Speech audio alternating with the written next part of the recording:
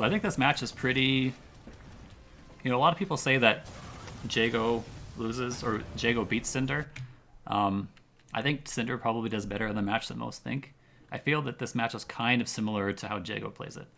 I think, you know, Orchid's a little bit better on the ground, better buttons, better walk speed. That sort of overcomes the lack of a fireball that she has, which Jago sort of uses, but not really to zone. You know, Orchid's better buttons sort of clash well with Cinder's weaker buttons, right? But, you know, she still has this trouble where she has to sort of try and get in a little bit, and then she has to deal with Cinder's shenanigans in the same way. So we'll see how that goes.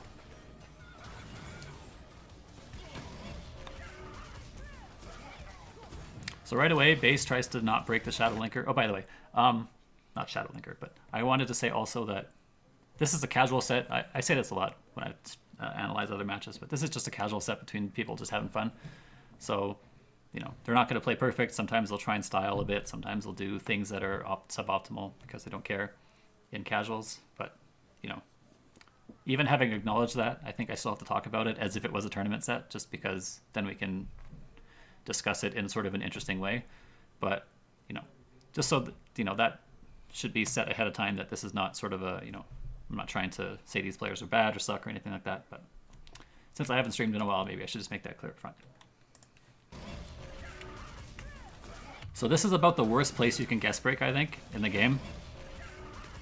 You let the heavy linker go, and then you try and guess break this manual here after. Not only is it really hard to guess the strength, it's 1 in 3, but the timing can be different, so you might lose the timing lockout, and if they do an auto double, like a light auto double, you're not going to be in time for that. So this is, I think, the worst place to guess break in pretty much the whole game. So I think if you let the heavy linker go, you have to let the rest of it go, unless you're willing to accept, you know, maybe if you have high KV or something, you can try and break it, but I think for your odds of success, this is quite low. Okay, DP. And because the fired up, right, this grenade normally stuffs DPs or will, like, you know, trap her there. You know, if Jago DP'd here, Jago lands and gets hit by the grenade, right? But because of the extra float on the fired up DP, Cinder gets away. Nice. Stuffs the jab. This is Nate trying to check with jab, right? As you should. And Cinder here, when Cinder does one of these Trailblazers, often you can DP if you're really, like, on the ball, but a lot of the time you just try and hit jab. If he's a little bit closer, you can see hit jab here. This will usually stuff the second Trailblazer, who Nate might have been a bit late here, actually, just because of the timing, but ends up getting counter hit anyway. Guess breaks the heavy. There's a DP, I like it. Early. So early cancel here from Nate. I'm not sure, or sorry, from base. I'm not sure why, actually. You should basically always hold this. You get maximum damage and maximum white life build. There's no reason to cancel this early unless you're trying to dodge something. Like, he's maybe trying to dodge the grenade here, but he has plenty of time. Like, I wouldn't worry about it. And this is fire. This is projectile invincible anyway, so even if you cancel this late, it's fine.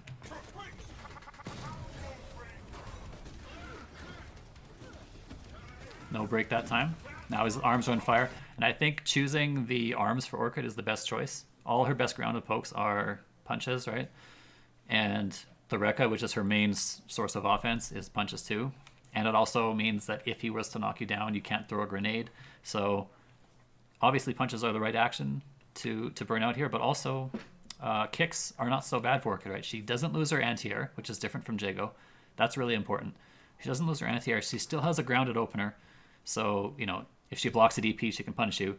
So, you know, it's not the end of the world for Orchid if she has to play without her punches for a bit.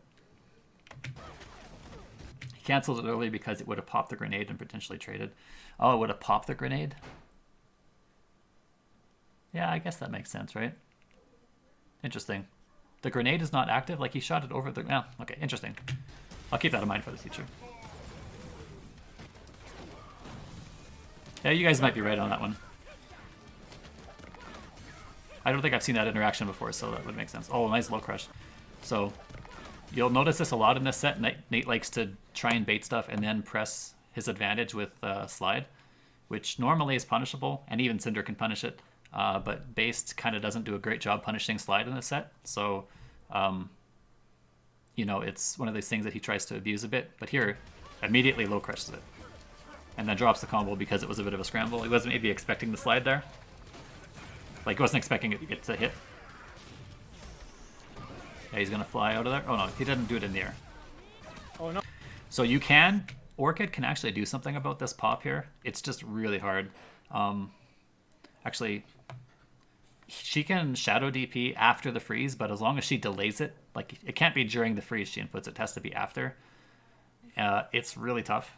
I messed around with it in training a bit. Basically, I wouldn't probably try it in a real match, but it is possible if you have to do it to survive or something. Oh no, I threw a bomb on mistake. And there's Base again trying to guest break there. I think if he's gonna guest break, it should be on this linker. Like, he should try and react to the linker. He should either try to react to the linker or guess light here. Like, he shouldn't wait and then pick this worst spot here again. But heavy is again the choice from me. Interesting little combo there too.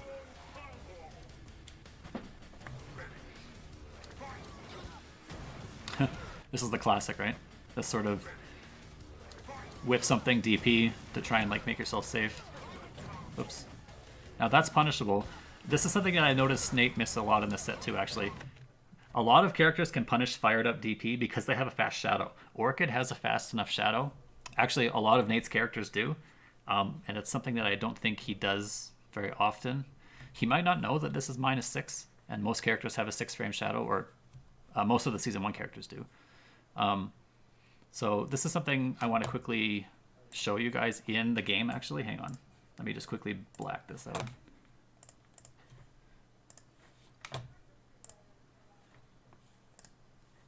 I hope this works.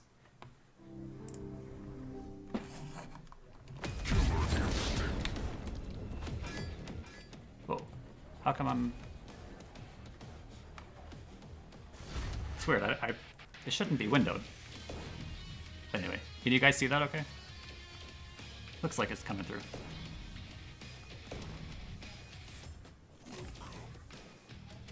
Orchid, Cinder, fight on. Ready, fight. This should not be full screen. Where's my mouse? Did I lose my mouse? That's strange.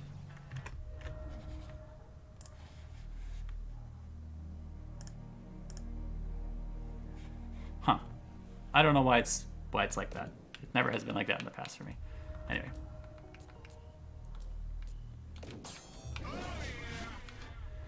So if Cinder does... Oops. So if Cinder does this, not that. Alright. A lot of characters think they can just have to punish with a light, right? And it's a little tough of a punish. Oh, I'm definitely laggy here. I'm laggy because it's not the... Yeah, it does work. I don't know why I'm laggy again. You know, and they think that if they're out of range, they can't get the light. Like if they block it out here, right, they can't reach anyway, so they don't even try. But most characters have a fast enough shadow that they can always get this to work, even from way out here. Right? There's no range where you can block this where you can't punish this. And the punish is easy. Oops, I say that as I miss it. But you should be able to double tap this. I'm playing on pad right now, which I normally don't play on. But basically, you should always double tap your punishes. And most characters, for example, like Jago can also do this, right?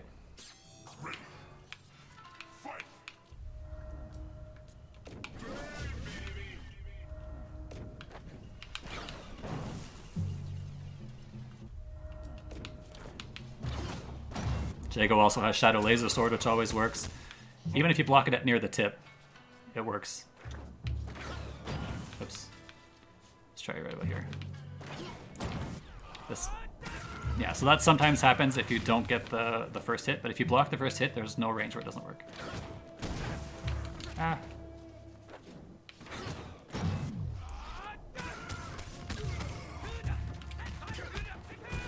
Right, so this should be your go-to punish, and it's actually more damage to do this than to press a late.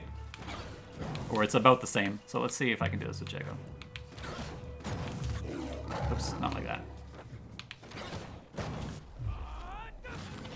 Man, this lag sucks. I don't know why this is laggy right now.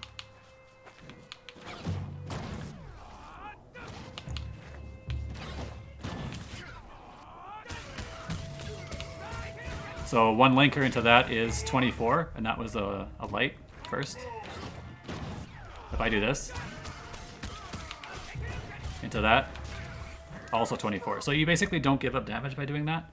And most people should be looking to punish this -6 move with your best Shadow. Shadow Wind Kick will not work, it's too slow. It's 7 frames. Oh, I can do it for you.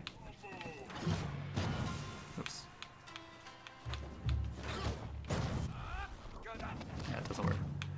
It's 7 frames, and this is only -6. So anyway, something to think about. And now I have to do this. I'll leave the game open in case I want to test some other things, but I'll just... Oh, maybe I won't. Huh, I wanted to just mute the audio, but it doesn't work. Hang on a sec. I'll just close the game. Or maybe, actually, no, I won't close the game. I will just...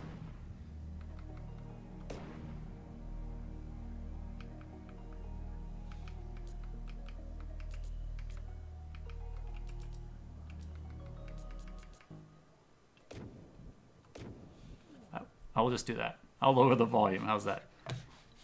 And now I lost my mouse again. Man, that's being really funky. I don't know why that happened like that. Sorry about that, guys. I'm back. So, what did we learn? Let's watch this again.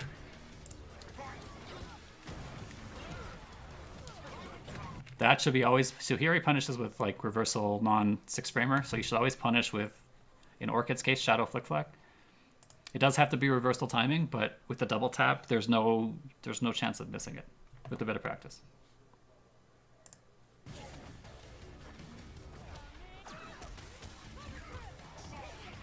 No shadow counter there, but instead of punish, maybe that's a little better. Well, he lost a bit of damage, but it's fine. Oh, there's the slide opener under accidentally. You should be able to die here. Okay. I would have liked to maybe see base go for a chip setup there, but he took the risk and it worked out. Oh, he tried to anti-air. That was late. Yeah, he said he was late. This is harder to anti-air on the round transition because you're not sure when you're allowed to press the button, right? If she jumps a little earlier, in this case you should just DP, right? DP or block, but you shouldn't probably press a button there. Oh man, that was late. I like the corner switch. More throws. I don't know what that sweep was. I don't feel like this was intentional. Sweep gets you nothing. It's also punishable. So like, you know, if he does DP or something, he's gonna be fine. So probably just an input mistake. Oh, nice delay from base. Burn the arms out. Okay, he has to go right in now, yes. Nice throw tech. I think that was maybe a bit obvious. Here he's trying to bait shadow counter, right? This is pretty common if you do the air trailblazer to try and bait shadow counter. Although Nate has not been doing it. So, you know, just wanted to test it early. And then, you know, he wants to also maybe bait DP, so he's very cautious here and just does throw. Uh-oh. It's dead probably, right? Gets the follow-up break. Oh, he did guess break, and he was right. So let's talk about this combo choice here. That was a good bait. Early lockout, and he immediately does crossfire to bring her back down, which is great. Now you have, you know, I don't know, 1.5 seconds to do whatever you want, but you're already at level 4, so you don't necessarily need Shadow... you don't need to do a Shadow Linker here, although I would probably still do Shadow Inferno, because it's the most damage. But you don't necessarily need a Shadow Linker here. It's only going to add, like, usually you use Shadow Linkers to get the potential damage up. They do some amount of damage themselves, but, you know, he better have use for this meter if he's saving it. Okay, so he spends it on the Ender, which actually is quite a bit less damage. Cinder, Shadow, Ender, very low damage actually, but the bonus is you get this follow-up, right? So he does the follow-up, and he's trying to get him down into danger so he can do some combo, but it doesn't look like it's going to happen, right? So the question is, with Shadow Inferno, would he have been able to get him into danger? He had 2 bars to spend. I'm not sure. But these are the sorts of things that, if you're thinking Base is a good player, like, of course he is, but if you're thinking I'm a good player or someone you're watching is a good player, there's no chance for them to improve. These are the type of things where you might watch the match and be like, oh, actually, let's analyze if my choices there. Were they correct? Were they, could I have improved my use of meter, my breakability, that sort of thing. So even really good players have opportunities to improve here. I've never noticed us trying to throw or throw break flare up the burnout. The answer is no. But if you accidentally plink throw, like if you use the right stick macro or press the buttons on the same frame, then the answer is no, they won't burn out. But I believe if you plink throw and get throw as like a Kara, then you might accidentally do it if you press the buttons in the wrong order. So sometimes it might happen, but not the act of throwing itself does not cause burnout. That would be crazy, man. Jeez, that would be nuts. All right. Oh no, Nate had the bait he wanted here, and he wasn't quite ready for the punish. That's no good. There's the jab. That was interesting. He did jab into grenade. This must have been he pressed jab and canceled into grenade. I wonder if that's what he wanted. That's a really crazy input in that situation. It feels like a bit of a mistaked input. Tried to bait DP, did not come, and now he has to live with this zoning. Overhead, and that's no good, no combo, yeah. So this happens with Cinder. When you're super point blank like this overhead will cross up behind them, and then the second hit will not cause, and this is the only opener hit. So he gets no combo here. This was definitely a missed DP here. I think he was trying to DP this direction, and something about the cross up put it as reverse quarter circle going the other direction. So he got pretty lucky. But that sort of thing happens.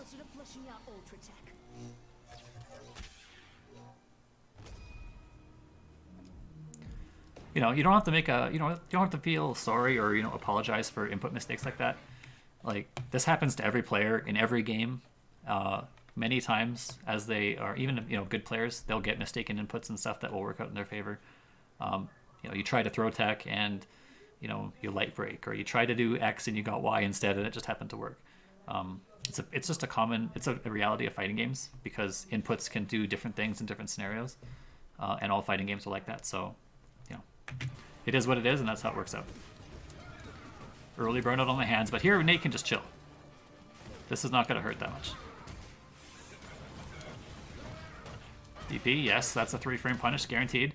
So every character that has a 3-frame DP will always be in range for this. So that's like Orchid, Jago, Shadow Jago, Shin Hisako, Fulgore, these characters, and there's a couple others, but I think even Hisako can punish this with light command grab. Normally she's out of range of stuff like this, but yeah, this is a -3 in your face move that always gets punished. Nice. The timing has to be a little late though. It's a little odd. Alright, back to level 4. Now this is where it's trouble. So he feels like he kind of has to give up the space, right? He's like, oh, I can't be close, I don't want to get hit. But right after you get burned out, this is actually the time when it's okay to be hit, because the potential damage hasn't built up yet. So it's not so bad to get clipped immediately. But if you give a space for him to come in, as long as you can fight without your burned out buttons, it's okay to stay closer. That's minus. This is like -5.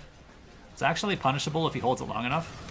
If he holds it all the way, it's -7. So you can actually punish it straight up, but it's definitely no better than -2, even if he just lets go of it immediately. So Inferno, even if it's fired up, doesn't matter. They're always negative or punishable. So you can swing or force Cinder to DP here. So he does the right thing and takes his turn back. And now he got clipped on the... Maybe this was an attempt to, he wants in. He doesn't want to let this potential damage go away. Maybe he's predicting a slide. There's a couple things he can do here, but he gets clipped immediately. quick little short combo. He has to guess break. Where's my ender? Oh, input mistake from base there. Is it going to cost him? No, he gambled. But good gamble. He had a lot to lose there, actually. But, you know, you could sense the frustration on Nate's part to get in there. Oh, no. This is a bit of a interesting, you know, whiff and then tried to throw and it missed. And I think he sort of saw this and pressed the button, but no cancel, unfortunately. Another DP. And as far as I'm concerned, base should just do that almost every time he's fired up, because until Nate punishes with Shadow Flick Flack or something damaging, he's free to do that. Guess break from Nate. And there's a good, I like that. Nate, or base is trying to walk away here. He thinks he has some space, and this is Orchid's prime territory. This is where she thrives. This sort of like just outside of, you know, the range of Cinder's best buttons. She can swing here, and he really can't. So what's he trying to do? He's trying to walk out of range. He stands up to walk backwards, and he walks in and just lows. That's great. Overhead. Looks like he counter hit a button. An interesting combo choice here from... He actually intentionally drops the combo to just throw. You know, I think I would prefer one chance into wall spot there. If he's going to do a short combo, I don't think the reset here helps him that much. And base does get out. Does re-corner himself. He's going to fly out of the corner here. Yeah, there's nothing he can do about that. Except that trick I was talking about, which is pretty tough to do. And now, you know, this lack of damage that Nate gave up, right? This is going to cost him probably a good chunk of life. Or it has the potential to, right? Let's see what happens. There's a bunch of white life. You know, he could, in theory, lose here. Yeah. Oh, okay, he got lucky. Caught anyway. Yeah, even base doesn't really believe it. Oh, he tried to shimmy. Wow, good patience from base, actually, to not flinch there. I probably would have flinched. And again, this is the range where it should work, right? Definitely jab works here, but Nate is just late, unfortunately. He might have tried like DP and gotten like roundhouse or something, you know, like a really slow button.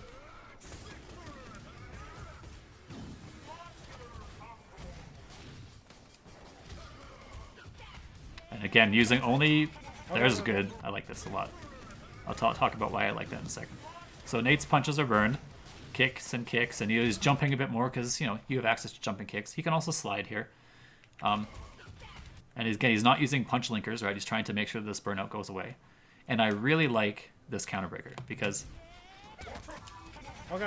not only does he do it at the right time, like he does it early enough so that base's famous 1-2-4 or 1-2-5 breaks, which is what base likes to do. He likes to break on 4 a lot.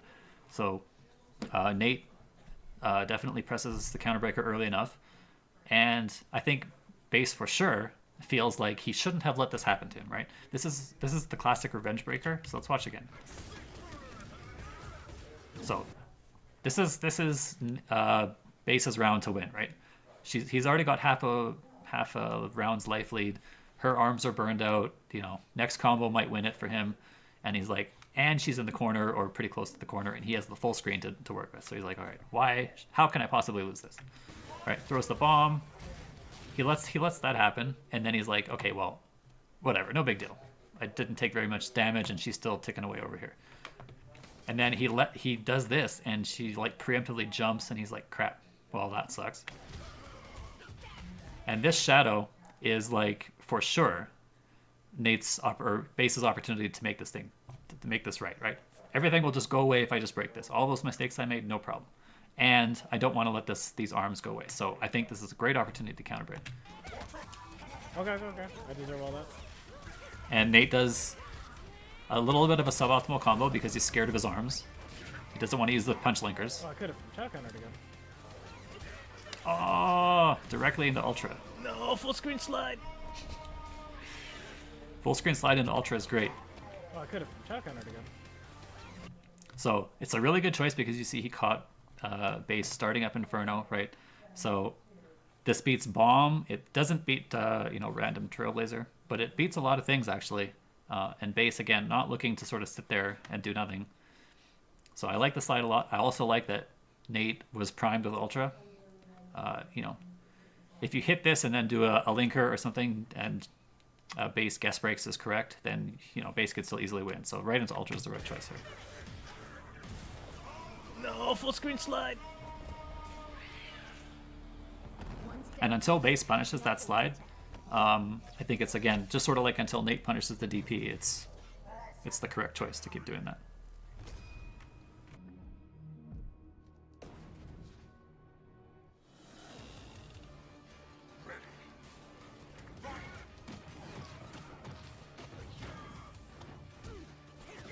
So let's watch this again, sorry. 1, 2, extra delay, and then as soon as he gives it up here at the end, this is the minus move. Not punishable, but it's his turnover. So correctly, he takes his turn back. Then they fight for a little bit. But as always, the person who takes their turn back usually ends up ahead. Another DP. Oh, a little bit of scramble there. Nice throw tech. And another DP, but this time Orchid is ready. Orchid knows that grenade was going to save her. She's safe to attack here, right? It's fine. Because nothing bad will happen, even if she's wrong. Oh, no heavy Rekka. So I noticed this a lot from Nate, actually. He uses the light Rekka a lot, and here is a bad choice, right? Heavy gets them the combo.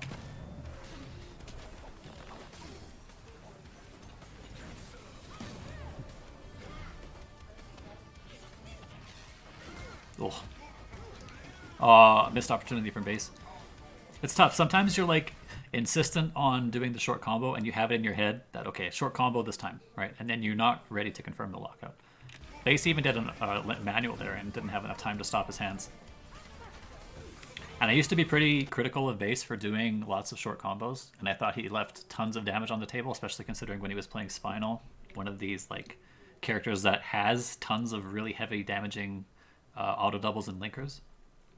But I noticed in the last like year or so, he's definitely, whether it's because he's, playing other games more heavily now and not playing KI as much, but I definitely notice him more willing to extend his combos. So it's not a criticism I would levy against him as much anymore. Get that burnout going, nice throw. Get the full burnout going. Should be dead here, yeah. And I would get it back and get some meter. Okay, he chooses the level 3 burnout. So level 2 is the cutoff.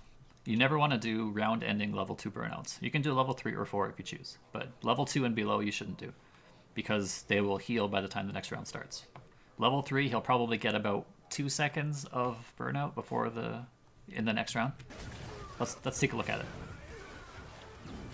So the timer's going here, but his health isn't going down. So 1, 2, maybe 2.5 seconds. So it's about level 3. It's not bad. Oh, tried to block, but ended up walking into the cross-up. Punish. Okay. See again. Even if he tried the low short here, let's say you don't know that the shadow flick back is fast enough. You should at least punish with low short. You should attempt, and this is close enough that I think low short would have worked. Alright, let that go. He's not going to get a cat, unfortunately, here. This instinct's going to run out. I like that base stop there. I think, I also think Nate should be more willing to gamble with shadow counters here, because base really likes to delay these things. So he's not pressing jab, jab, jab, which are the ones that stuff shadow counters. So these are all really amenable or really susceptible to shadow counters. But base stops here, trying to bait something. Plays a bit safe. Punish. Again, no punish, right? So if you're base, just do it over and over again. Oh. Wow, that was a good break from Nate. He was ready. And again, same combo. You can see the scrambly nature, right? So that was a real scramble, and it was a really good reaction break from Nate. He wasn't quite, not everybody's ready in that scramble to react to something as fast as medium doubles. But again, same situation here, sort of. Medium double, and neither player was really ready to keep that going or to break it. So, he's going to get the bomb here. Arm burnout at level 2. I think he's okay to walk away here for a bit. That's fine, yes. So he's got level 4, so he can't really get hit here, but... Nice. Wow. Nice. Okay, what's he got? Overhead reset is good. I would shadow here, right? This meter is made to be spent. If you're sitting on 2 bars, you need to have a particularly good reason for it. Otherwise, you're not. This is, think about each of these blocks as like 10% life, right? So this is 10% life that you're not using. This is 10% damage you're not using. If you're not using it, you need to have it for other utility. For example, Fulgore might want lots of pips for extra walk speed, stuff like that, right? But for Orchid, especially this late in the game, you're sitting on this damage. So this type of confirms are great, but Shadow is where you need to spend your... if he loses it with 2 Shadows here, and he could now.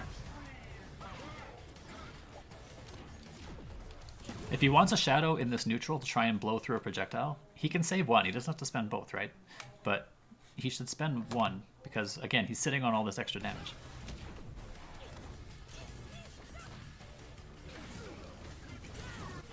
Okay, that was a good reaction break. So there, he spent that Shadow, and I think he's maybe saving his Shadows for these reasons, right? He's like, okay, when Cinders are far away, I need to sort of guess to get close, whatever. But you can save 1 Shadow and not both. Oh, that was a good jump. He's dead. Oh, no.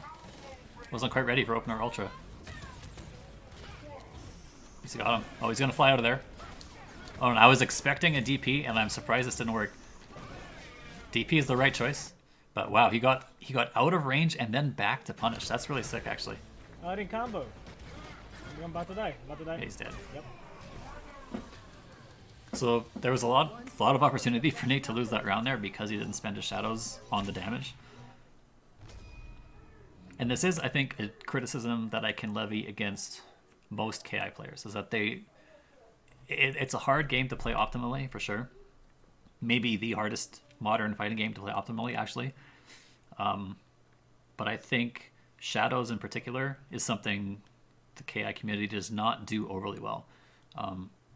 They don't think about the utility in neutral versus just the guaranteed damage and lockouts or openers, right? So it's a type of thing, especially if you know your character has a very damaging Shadow, like Orchid's Shadow Flick Flack is very damaging and fast. Spinal has some fast ones and damaging ones, right? Glacius, these sort of characters. It's hard to turn down the guaranteed damage when you get it, right? So even if you're saving it for utility or think, you lose track of your Shadow meter, it should be sort of in the back of your mind that these things have to come out.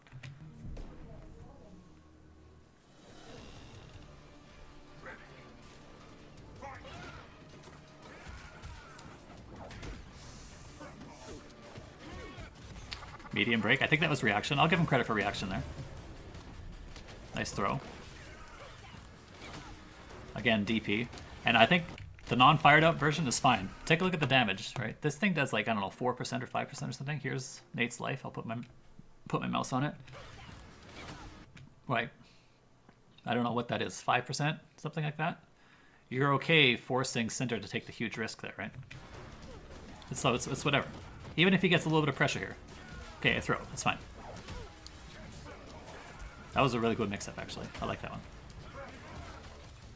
Now, whenever you see this wind-up from Cinder, this is the first time base has done it this set, so, it makes sense that Nate isn't really ready for this. But this far wind-up, right? This cannot be the fake version, and this is very easily DP'd or shadowed through. You can always shadow projectile through this. So this feels like a pretty good meaty because it has tons of active frames, but it's actually, I think, quite reactable. So you have to keep that in mind. So it looks like Nate tried something there. That wasn't correct. Oh, that was supposed to be burnout ender. DP, yes, there we go. Okay, finally Nate breaks the recapture. Oh, good bait. This is the first time he's actually tried to shadow counter here. So particularly good bait. Not the best punish, but any combo starter in that sort of scrambly situation, I'll give credit for. Look, base lets it go. One more heavy auto double, yes. Under 93 is fine. 93 is the cutoff, right? If you guys don't know. Heavy auto doubles add 6 kV and 6 kV, one for each hit.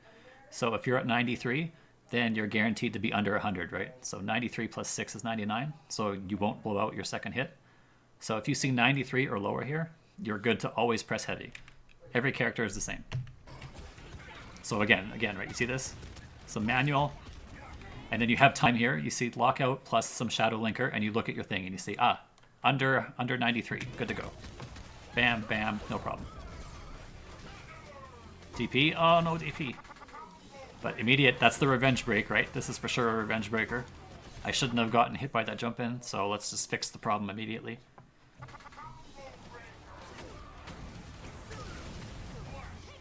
Shadow?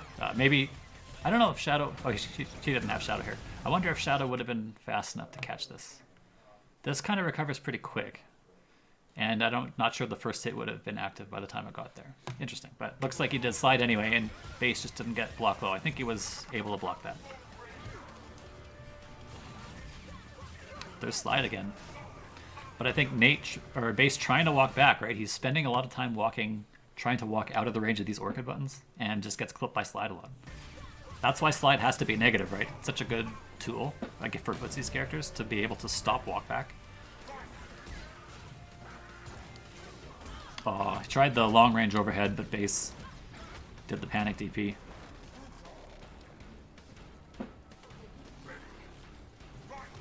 You think meaty H-clap is semi-legit versus Orchid because she doesn't have the frame 1 invincibility? It's never legit because you can always DP, right?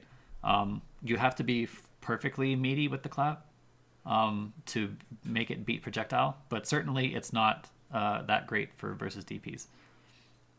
Unless you're like super far away, right? Like you could be way out here and catch with the tip of the big hitbox of clap, right? But if you're in the face like this and you see that big windup, it's just free. But again, KI is hard to be optimal, so it's not like you'll always make the correct decision. But I'm just sort of trying to seed something in your mind so that you might think about, that's good shadow counter, I like that. So this is big time plus, right? And this stand fierce, this far stand fierce gets the combo into both clap and the inferno. Or sorry, block string into it. But I don't know, Cinder's like +6 or something here. Nice. So good shadow counter. Overhead is good.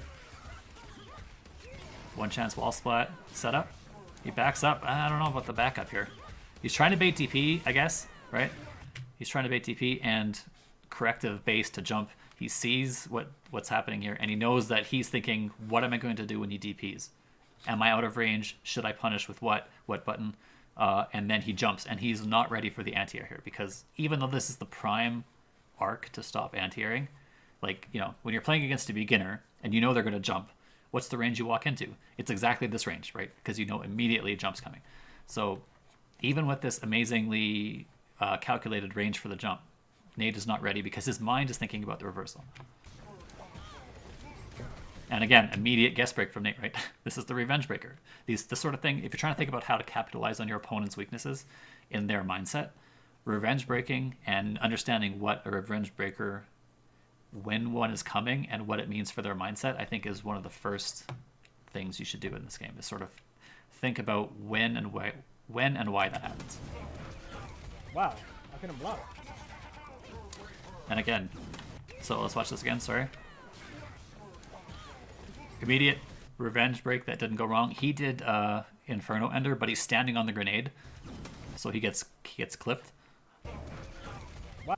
And then I couldn't block. Again, I love this break from counter break from Nate. This is again sort of the same situation we had last time. Base probably feels like he shouldn't be in this spot. Like, wow, I don't know why I couldn't block there. Something weird happened. I thought I was doing fine, and then suddenly he's getting hit for a combo, and you give him a reactable breakpoint and you let him have it. And again, he has to do the slightly worse version because his arms were burned out. And unfortunately, the slightly worse version cost him. Maybe he should do the best version there, right? Because if he's going to kill, it doesn't matter about his arms. But that's really hard to do, right? That's really hard to think about in the course of a match. So okay, let's see if he can close this out. DP, okay, DP is coming, yes. That was weird. I did my ender and I couldn't block anymore. Yeah, base saying it's a little weird he couldn't do his ender. You can't block during enders though, right? They're just moves. If you're standing on the projectile, you'll get hit.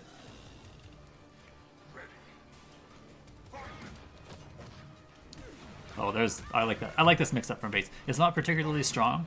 Like, it's not like the most unreactable, undefendable stuff in the world, but it's a nice little wrinkle in this otherwise standard frame trap offense, right? So Cinder gets in your face. He likes to press these third degree combos.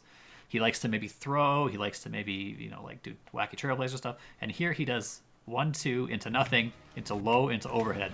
And you can see Nate got hit by both of those things, both the low and the overhead. And even though this might not lead to a lot of damage, let's see what happens. Okay, it leads to level 1 burnout. You know, it might end up bringing Nate down to here.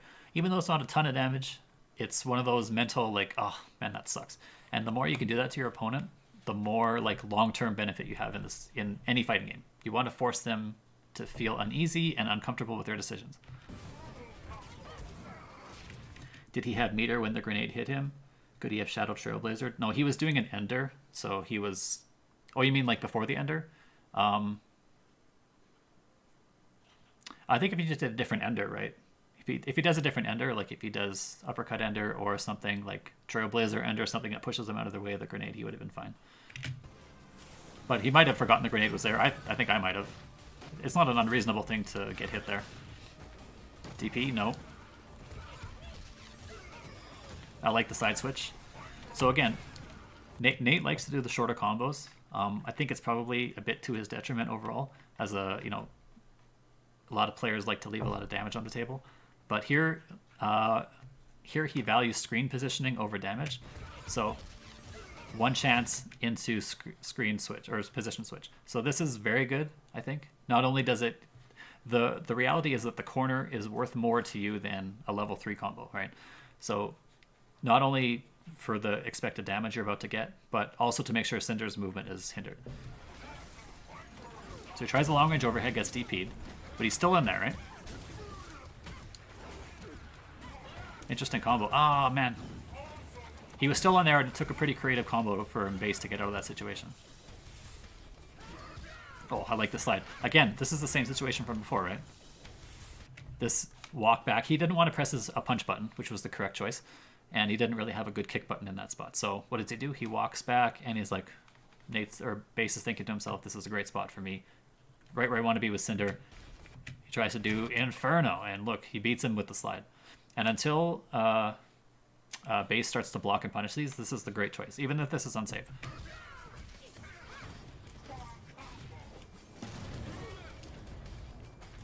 Man, backdashes are pretty good in this game. Nice DP. Nice. I don't know if that was a punish. I think it was a punish. They didn't say punishment, but sometimes the game's wrong on that. Oh. Nice punish, yes. Could have been slightly bigger. Oh. It could have been fierce, but still, I like something shadow is, you know, even if it's not always fierce. This is great because he still has one chance for the life here. Do you counter break? No, he doesn't do it.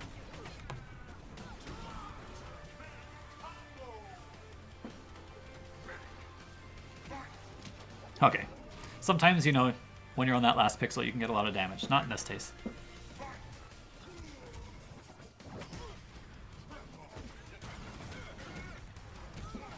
Nice. Base can capitalize here. Okay. I think I would have spent a shadow. You want to get this level 3 burnout, I think. Okay, base settles for the level 2. What's he going to do with this? Nice. This is a really bad spot for Nate. So he does pop Instinct, and base challenges. He's dead. Or probably... Oh, he dropped it! I want to watch this again, sorry. Let's take a look at this again. So base puts him to the corner with this level 2. Now, you know, Orchid has better pokes, but her arms are burned out. And if she fans the flames here, it's kind of giving up the game. So she's like, okay, I'm going to fight this out without pressing my good punch buttons. So what does base do? Stands at this range, threatens some sort of overhead Trailblazer, some sort of like, you know, forward Trailblazer, and get him thinking. So this neutral jump is great. This is sort of the Kazunoko neutral jump. If you guys watch a lot of Street Fighter, you'll know what I'm talking about. Kazunoko will stand at this range and neutral jump and do nothing. And you're just terrified because he can do so many things here, and that neutral jump threatens all of them. Right? So this is what this neutral jump will make him uneasy for the next 2 seconds. Right? So what happens? He lets him just walk in. Right? The bomb being on him helped, but like that neutral jump is, I think, the key to forcing people to sit there and be like, this guy's going to do something crazy. Okay. And Nate gets out of here with plus frames, or so he thinks. Like, he uses Instinct Pop to overcome the plus frames, right? But Nate just, or Base just immediately challenges. And he should be thinking, how can I get... Looks like he does have the meter here. Wants to capitalize with the juggle. But drops the combo. Is he going to get out? He should get out, yes. And again, you can see why this is such a bad opportunity to bait to a break. Whenever you're trying to break after a Shadow Linker or a Heavy Linker, anything that gives you all the manuals, this is the opportunity where you can get locked out the most, I think. So let's see, does Nate capitalize on this? No, he doesn't. He could have killed, or not killed, but it would have been down to here. There's the DP. This is +4, I think. Yes, tried to backdash, but in the corner he gets caught. Alright. Oh, and another big drop. Oh, he's dead. Yeah. 1, 2, into Ender, yeah. You could have done Ultra, you could have done a bunch of things, but he made sure that it worked out.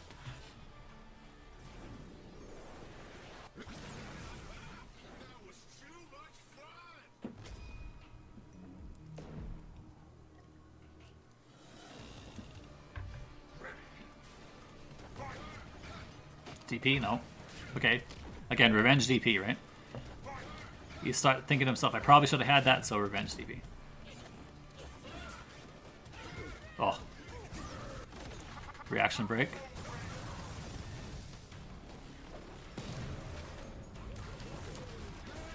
Man, Nate really is getting clipped by those, hey?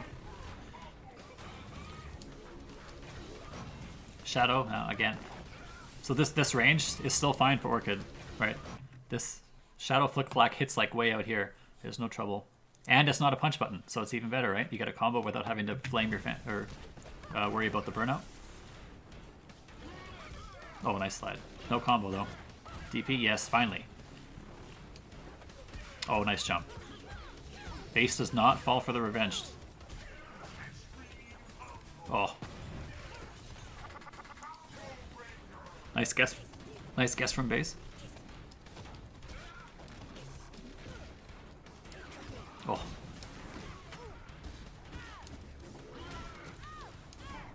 Okay, bomb setup.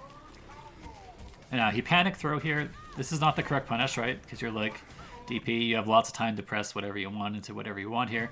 But I think he threw the bomb expecting to sort of land a throw in the next little bit. And so when an opportunity comes up to throw and your mind is set on throwing, this happens. So that's fine. What does it get out of it though? Pretty good combo. Oh no, he missed the recapture. Right, this is for sure what he wanted here. Sees the thing he wants to recapture there.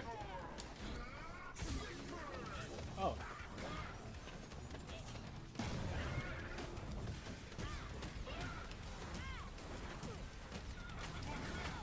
Nice combo. Recapture. 1, 2, Shadow. Yes, this is the right choice. Is that enough? Yes, it is enough. This is the correct choice for Base, for sure.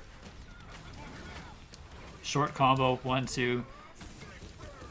Basically about as much damage packed into that small little lockout as possible. And now he has a chance to do some huge damage. It might not happen. Oh, it might happen. Okay. And it still could happen. Well, so here, that situation still happened, right?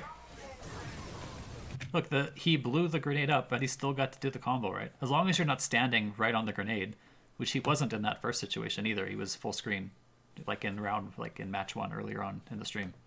So yeah, this should be fine, right? He blows the grenade up, but it doesn't hit him.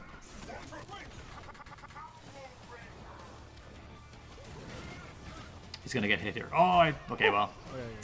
Yeah, even Base was a little surprised by this. He should have gotten hit here probably, but he got hit by like the random slide. But okay, so you know this could have been even more than this, but Base's really good combo choice there gave him this type of lead.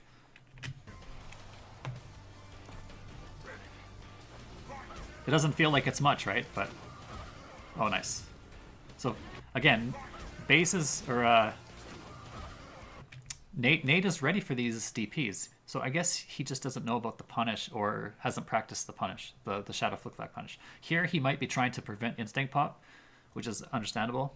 And this is not chintzy damage either. You know, like DP is pretty good punish, but in general you want grounded combos in this game. So in situations where instinct pop is not a factor, I think when he predicts, when he's, you know, blocking these DPs, he should be ready for those.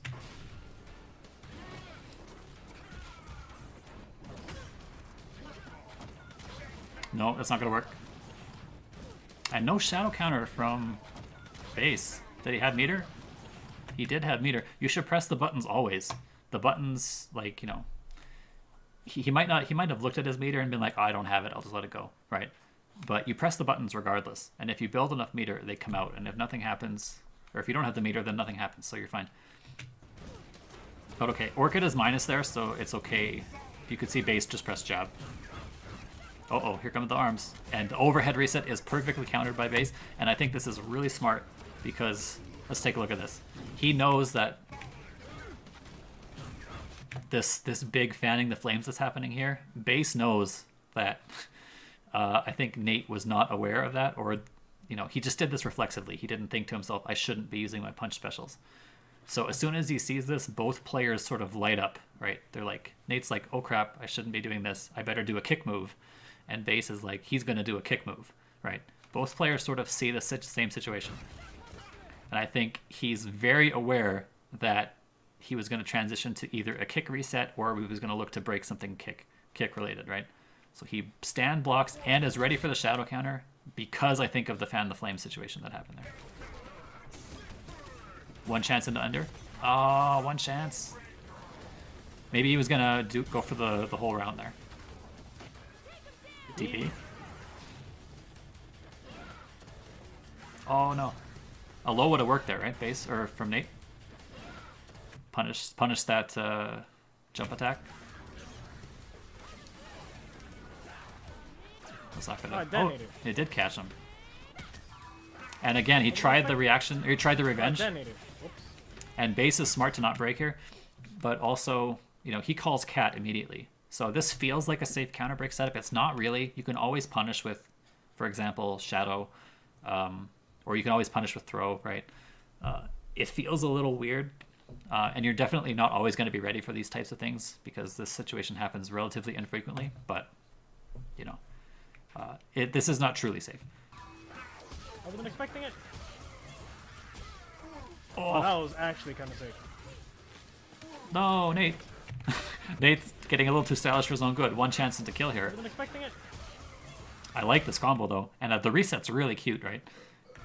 But you do heavy Rekka, or sorry, heavy flick flack here. The most damaging opener she has, or a heavy slide, one of the two. I forget which one is most damaging. No, flick flack is the most damaging. Anyway, you do the heavy version of that, and then he's probably in danger. But if he's not, you do one chance into level 4, right? But instead, oh, that was actually. He does light Rekka, so the least damage. And then tries a throw, and that's not going to kill him. And now base has instinct, and now he can safely reversal. Not even mad about that.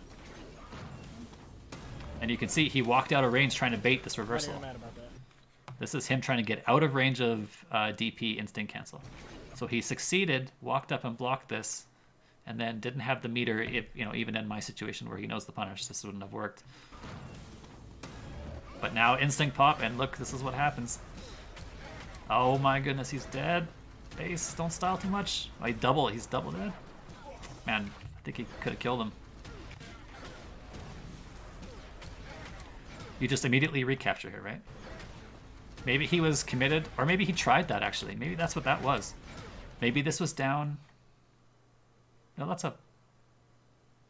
Yeah, actually, maybe this is supposed to be recapture, and he turned it into the Trailblazer because he was burned up. I don't know.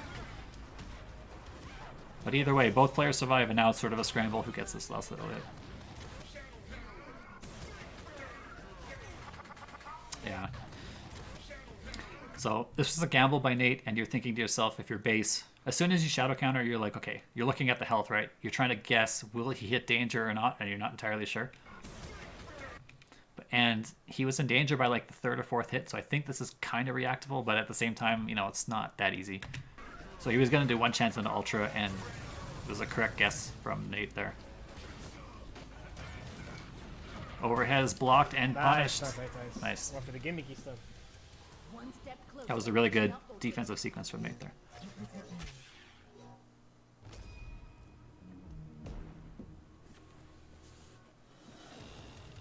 Hey, what's up? How are you? Good DP at the start of the round. And again, that reversal, you don't really care. If you're going to let, especially when he's not fired up, at the start of the round, right, Cinder is not fired up. So you can see the damage discrepancy. This was the Orchid DP, right, and this is the Cinder DP. When you look at it on the health bars, you can sort of see the risk reward that Cinder has to go through, right?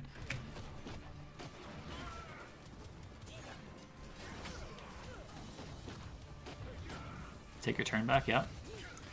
The turn back was correct. DP, oh, he tried.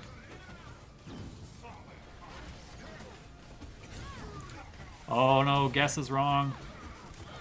And I like the arm burnout here from Nate, or from Base. Man, I keep messing those names up. They sound similar in my head. Oh man. And again, this is the same situation, right? Nate's thinking to himself, what tools do I have without my punches? Oh, I have overhead, right? And Base is just chilling there.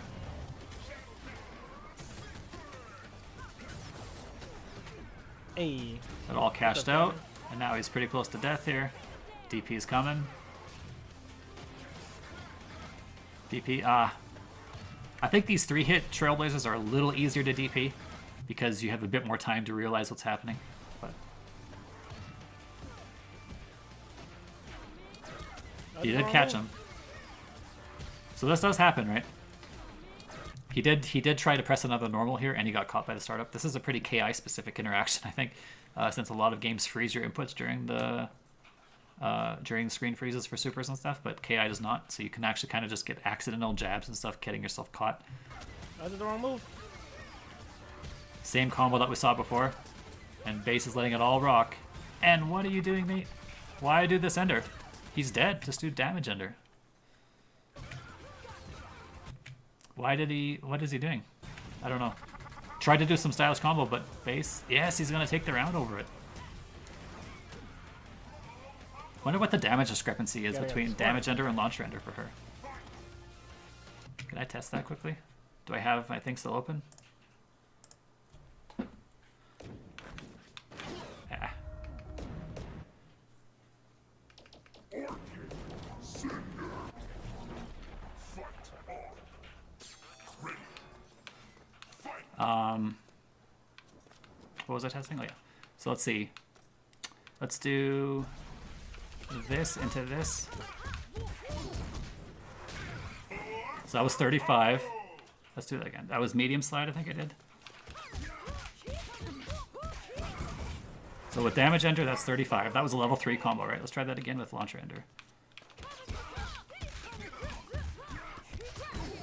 35 to 28, so he gives up 7%. Right, that's pretty substantial. So he definitely, that would have killed. 7% difference there.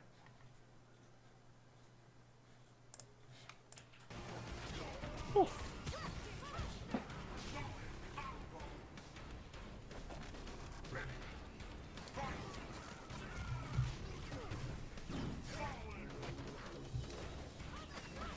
Ooh, that's good. This is the Season 3 buff for Orchid, right? She not used to be able to cancel slide into DP.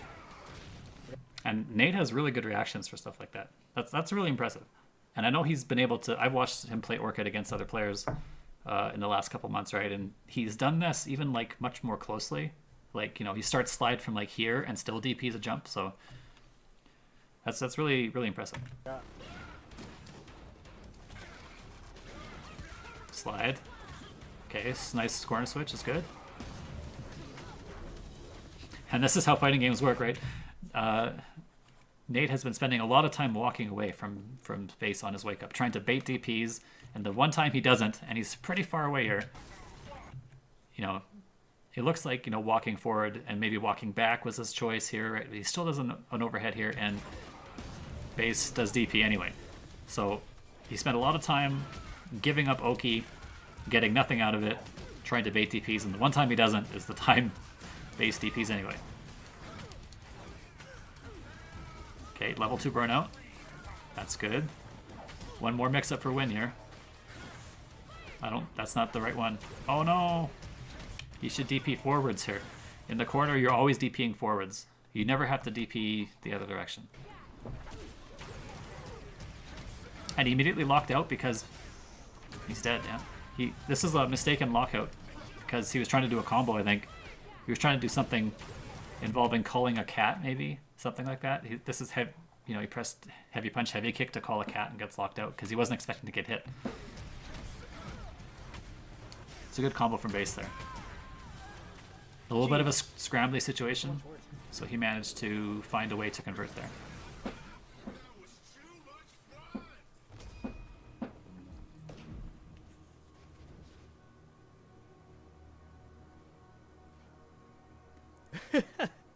Hey man, you hitting me with some dirt too.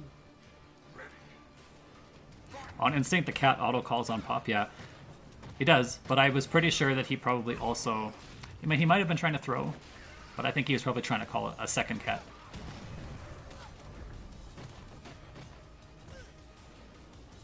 Because he probably thinks like the one cat is coming and is going to get hit by base, so you know he's going to be able to pop a second cat there. I don't know exactly, but he definitely pressed something that was expecting to be an offensive sequence, right? He wasn't trying to break there.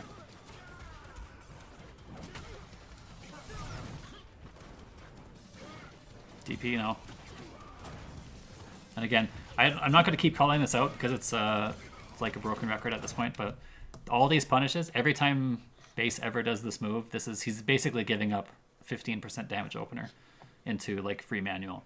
So against characters that can punish it like that, I think it's something to practice, especially in the Cinder match. If you play a lot of Cinders online or are expecting to play against someone like base, definitely practice that punish. Cool. Again, see, there's that really good reaction from Nate. She's so small. I Any don't other think- character? Yeah, base said on any of the characters would have worked, but I'm not sure about that. Whew. I don't think Orchid is that small, and I think he was just out of range of this move. I think he was just short. Like Orchid's hitbox is here; it's not particularly small compared to like Hisako and other characters that are really short. I think he just She's missed so there. small. Any other character would have hit. That'll do for a guaranteed burnout setup.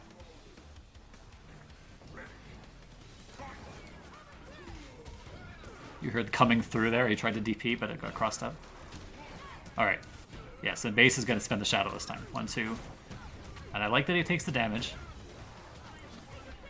The burnout is not going to do him a lot of favors here, so the damage is correct. Okay. I respect it. Force Nate to panic. Well, that was a good guess from Nate. It wasn't as much of a guess from base as you might have thought. He presses this button a lot. Pretty much every juggle situation since the start of this set, Nate has been pressing roundhouse here. If you could go back and watch the set again, you'll see this roundhouse a lot. So base is paying attention. Nice. And now he gets guaranteed. He should be able to get guaranteed thing here. Yeah, so he panics. Oh no. It wasn't much of a panic, I guess, if he was protected. I forgot you have instinct. There, and Nate correctly breaks the linker this time instead of waiting for the manual after. Oops. These sort of situations happen a lot where, you know, you do a end of round combo and it's a bit of a scramble and you don't quite get your ender. Even good players have that happen to them. There's that roundhouse again, right? Saw it again. Same sort of situation.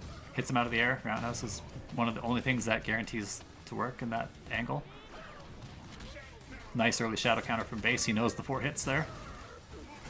1, 2, yes. And again, level 3 burnout. And more. No, he doesn't want to spend... This is interesting. He doesn't want to spend the shadow here. He could spend the shadow, but he maybe doesn't want to play... Because if she breaks, she loses the burnout, right? So, and maybe base was unsure if she would break or wouldn't break. So he's just thinking, okay, well, I'll just take the small damage. It's not that small, actually. 9%, that's pretty good. Let the burnout tick a little bit. I'll save my meter, and we'll see what happens next. Put the bomb on, come in. Wow, and Nate didn't block there. Try to shimmy. Oh, he accidentally pressed a punch. Do you see that? Right there, the big whew. You hear the fire flame up. So now he's stuck with this burnout the rest of the game. So if I was Nate, I would basically just pretend I don't have burnout anymore. Because I'm not going to wait for this to go another 7 seconds and then come all the way back and survive. So I might as well just pretend I have no burnout. And I'm down to like a pixel, basically, right? Try to shimmy. Nice. Just use your punches now, I think. Oh, he's baited and he's dead. Yes. Perfect combo from base. You know why this is so good? Because this is a 1-frame break. One, he has to break exactly there, right before the instant cancel. As soon as the instant cancel happens, it's too late. There's a 1-frame window here, or, you know, it's as small as 1 frame, depending on when you instant cancel. Maybe it's 2 or 3 frames, depending on, you know, small timing differences, right? But, you know, Nate is upset, or Nate is not upset, but he was expecting, he wasn't expecting to have that jump and hit. So this happened very quickly to him as the defender. You don't see this happening at all. Base was really ready for it. So this combo is effectively unbreakable as far as I'm concerned. Technically breakable, but very difficult in practice. And then just immediate Shadow Ender.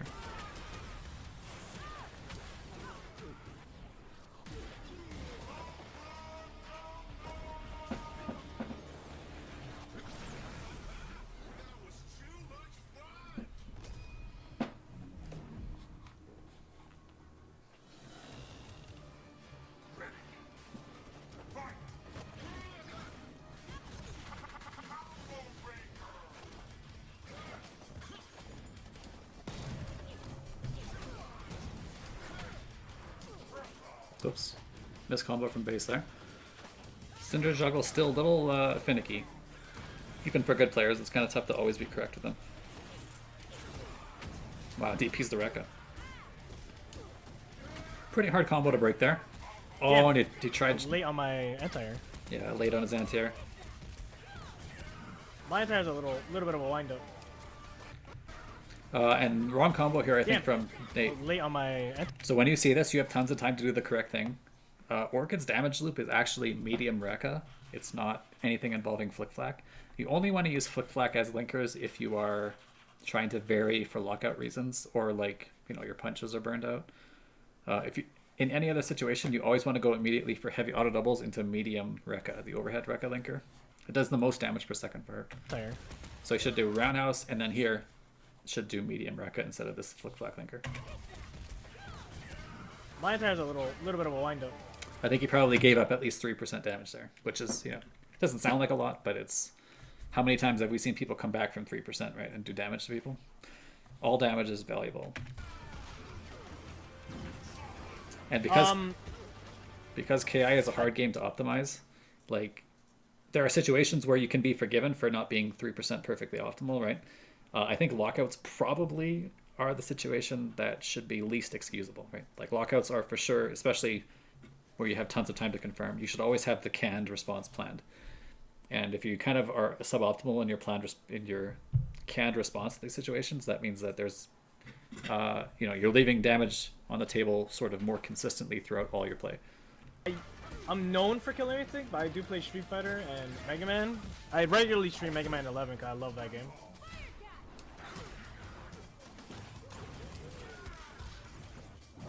One more mix up here for base. He's gonna pop the bomb. One chance, yeah, okay. And he was, oh no, he dropped it. But this is interesting. He could have just done Shadow Ender, right? But he spends a bar to do that. Instead, he predicts that, you know, if he's gonna get broken, it doesn't matter whether he has Shadow or not. And instead, I will do a meterless combo because he's not gonna wait, right? He's not gonna like give me more than one chance here. So this is a really smart move by base, I think. He dropped the combo, so it didn't quite work out for him, but the decision making was on point here. He's going to do the meterless cash out here and save himself the bar and give himself a level 3 burnout or whatever. Like, you know, instead of just spending the bar and getting the round over with in a situation where the guest break was already finished. You can see he definitely tried to, he got away with it, but he definitely... Well, yeah, I played I stream KI, Street Fighter, and Mega Man for the most part. The last like new game I played was the remake of Onimusha. I love that game. Yeah, sorry. Yeah, this chat is on Base's. I'm watching the archive of Base's stream, right? Or the YouTube channel. And yeah, obviously Base is chatting to his stream like a couple, 2 weeks in the past. A little confusing maybe. Oh, big DP. Oh, I would have DP'd again. Okay. This this DP work didn't work out, and if I was Nate, I would have been DPing this jump for sure, right? Because this is a bit more of a traditional angle. But he DPs after blocking the jump in. This is revenge DP times 3 right here. Oh no. Nice. Nice job. So there it did work out, right? Oh. You can see how much earlier he pressed it, I think, than previous times. He was already pressing jab here. Nice. Level 2 arms burnout. Lots of white life. But he spent his... And actually, this is another thing that I think a lot of players, myself included, are not particularly good at, is tracking Cinder's burnout. So whenever you block one of these, right? So he doesn't have instinct open right now. So he's 8 seconds without his burnout for the next little bit. That means his bombs won't be that strong. If he DPs on wake up, that means you were guaranteed like the proper punish without thinking about the craziness. You know, you don't have to worry about Inferno for a little bit. It's kind of hard to keep this in mind, but I think it's like Hisako's Wrath, something you should be trying to think about if you're playing against a good Cinder. Nice. I'm risking it. I think this is supposed to be a manual here. I think he tried to do a manual heavy, because he's done heavy slide link or heavy manual every time. I'm risking it. Nice. Oh, heavy. I think he tried to break DP here. Nice. I think he predicted DP. I don't think he saw this was heavy in time. I had to. So he guessed correct with the wrong intention. Okay, okay. So I want to see what he's gonna do. Didn't catch him. That's not gonna work. And he's plus there. So that's pretty beneficial for Cinder. Yeah, he's got him. Oh, he's gonna fly out. Oh no, he didn't do the air version. Never mind. Nice. All right, he got him. Cinder loses a bit of instinct time, which is important for this comeback here. Okay, get him. Ah! That's gonna not gonna work. Yeah, not invincible. He'd already pressed the button and it was sticking out. Uh-oh, now what?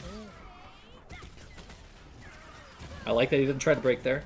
This is one of those situations where this is non-linker timing, right? This is opener timing. It's not that much different in this move's case, but you know, Base just knows he has the health to lead this one alone and not risk getting killed.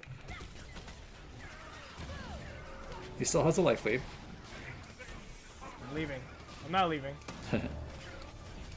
Oh, good guess break from Nate. Light is a pretty clear Not guess leaving. here. Especially after seeing these two lights. Not many other people are going to be doing a medium linker here, right?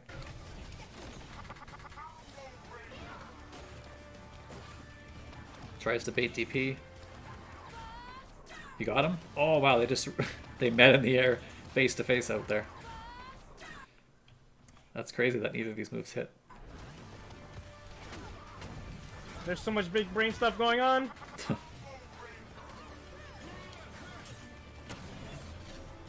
Oh, that was a good jump back from base. And a good DP.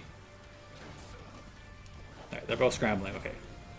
Nice DP. In the scramble, we're ready for the jump. Yes, base, I like this. This is my favorite thing in all of KI, actually, I think. These instinct cancel ultra combos. So this is guaranteed. He's already dead. There's nothing he can do to stop this, right? Linkers do a set amount of damage regardless of scaling. I don't know if you guys know that. I think it's 60% of the base damage. Is always, for Linker, no matter where it is in the combo, it's the same damage. So let's watch this again. Nice pickup here. And this. So this, you know, he's already done a lot of hits, and they've sort of been this sort of high scaling hits, so most combo hits would not push him much further into danger here. But he knows that the Shadow Linker always pushes the same amount. So he's going to get to danger, and he has instinct to cancel. So he gets to do this immediately, and then because he's in danger because of the extra damage, this Ultra is free. But I really like those. In the corner when you do wall split. Jesus Christ. MK, I don't know yet, honestly. When you do... I'm really cool with...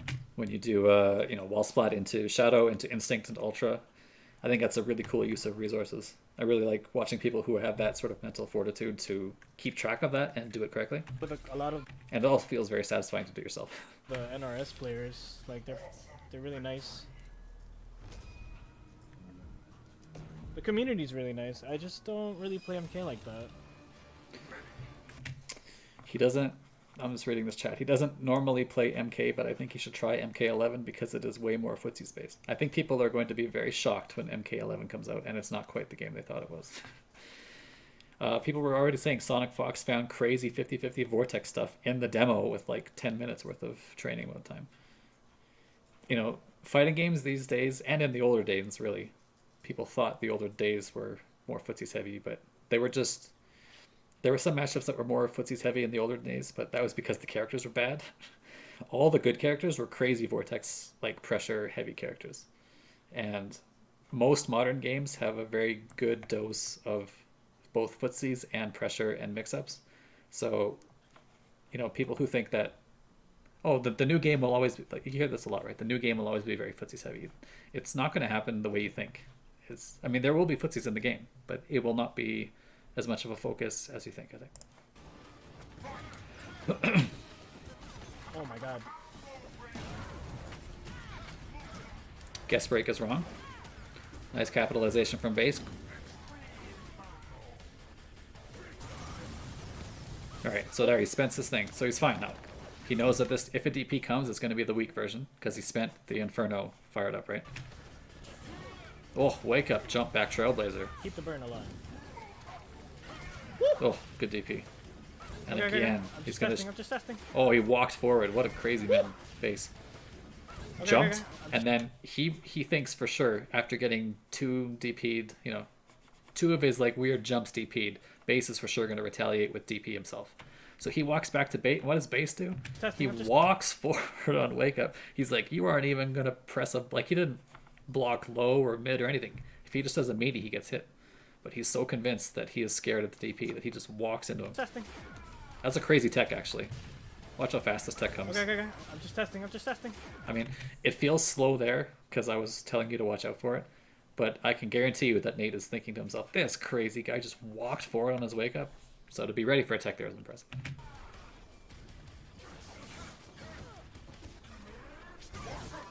Oh no! 1, 2. Oh, a bit of a suboptimal combo. Uh-oh. This is the suboptimal combo. That's gonna kill him. DP's coming. Nice. So at the very least, he lost 20% more Yeah. damage than he should have. Maybe more. Maybe the round. Oh man, he needed to break to save himself. Is it enough? Oh. Okay. So he didn't, you know, he lost a good chunk here. He was up to the C and Cinder here. He lost at least 20-30% life. Those small optimizations really matter. Don't get me started about MK11. I am more miffed that they are giving new and unreleased games free spots at EVO. About talking about Samurai Showdown. Yeah, I'm not gonna get into the rant here. I have pretty strong feelings about that myself. KI footsies are different than any other game. Yes and no. I think every game sort of paints their own unique footsies play.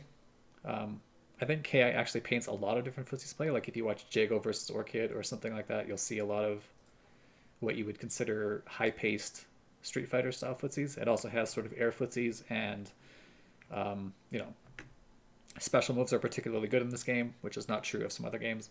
So it's unique in that no other game plays like KI, but it's not so unique that you can't use skills that you learn from this game in other games and vice versa, if that makes sense. I think the footsie skills you see here are quite transferable because they're so fast-paced and they're so varied that you can take these skills into other games quite well.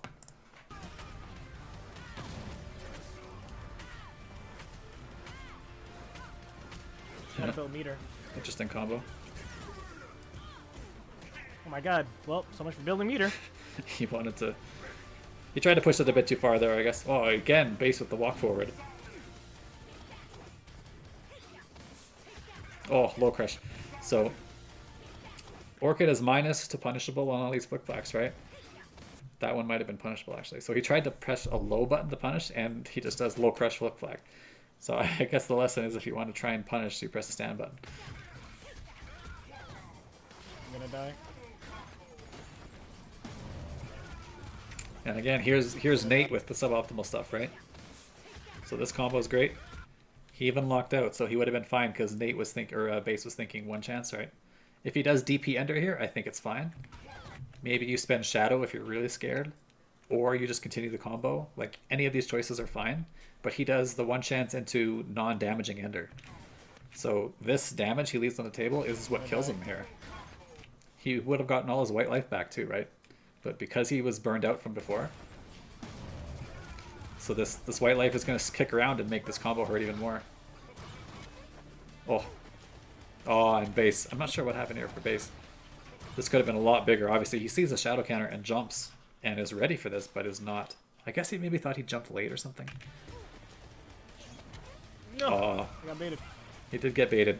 But again, Orchid lost good 15 to 20% for suboptimal play, and you know, could have been way worse if base had not flipped the combo there.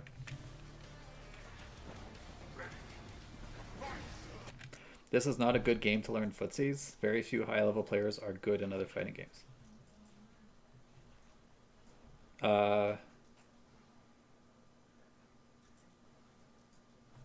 I don't agree, really. I also think that whether KI is a good footsies game or not does not... It doesn't matter what happened to our players. Like, a lot of players who played KI came into the game. It was the first fighting game they played seriously.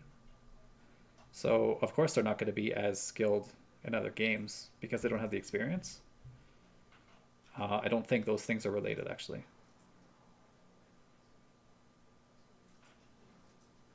I mean, yeah, if you're trying to play... there are certain games where the skills will transfer a little less. I think maybe Street Fighter is one of them. But even then, I'm not really all that sure. So I actually don't agree with the statement. I think it's trying to conflate two things that are unrelated.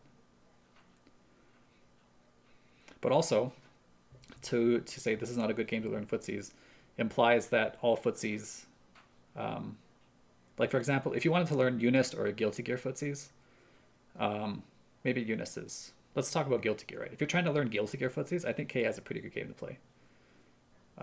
You know, if you're trying to deal with air dashing characters and characters that have wacky non-grounded approaches and a mix of grounded approaches, if you look at a character like Cinder or something, Johnny, right? If you're looking at these characters, KI is a pretty good game for that. And, you know, if you have games like Marvel and Dragon Ball and stuff like that, these games do not have quote-unquote traditional footsies, but players who have really good footsies also play those games well, right? So you know, you look at a player like you know, Momochi played Dragon Ball at the start before he decided to go back to Street Fighter.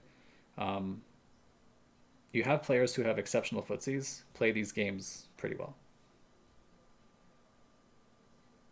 The reason why is because most people get in with specials over buttons. Yeah, but I'm not sure why that matters because specials are footsies based too, right? Like, why is the footsies have to be a normal?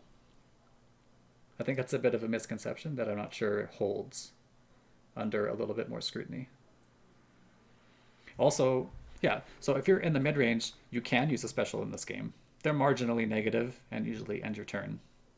You can also use buttons, like Orchid has great buttons, Fulgore has good buttons. There's a lot of characters that can use normals, but even so, I think footseeing with a special is just as valid. I'm not sure why it wouldn't be. But maybe you can clarify, I'm not sure.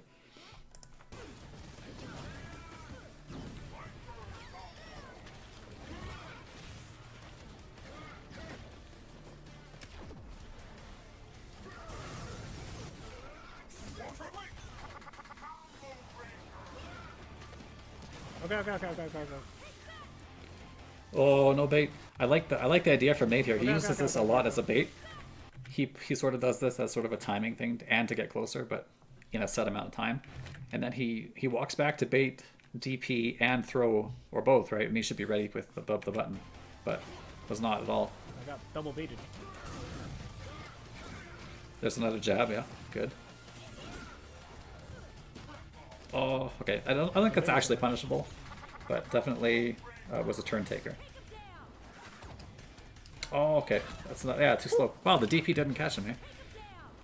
This is one of those special move priority things that happen in KI sometimes. So like, even though the DP is invincible, by the time it becomes active, the special move hitbox trades with the the regular non-special or non-shadow move hitbox, and it's one of these kind of odd situations that doesn't happen too often. Whew.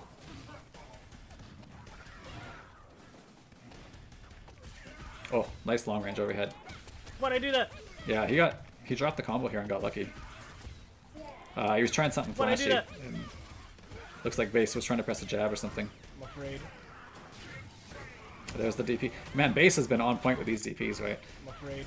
Even considering the fact that Nate has not been punishing them well, Base is like 95%, I feel, success rate on these DPs. He's got a good read on what Nate wants to do.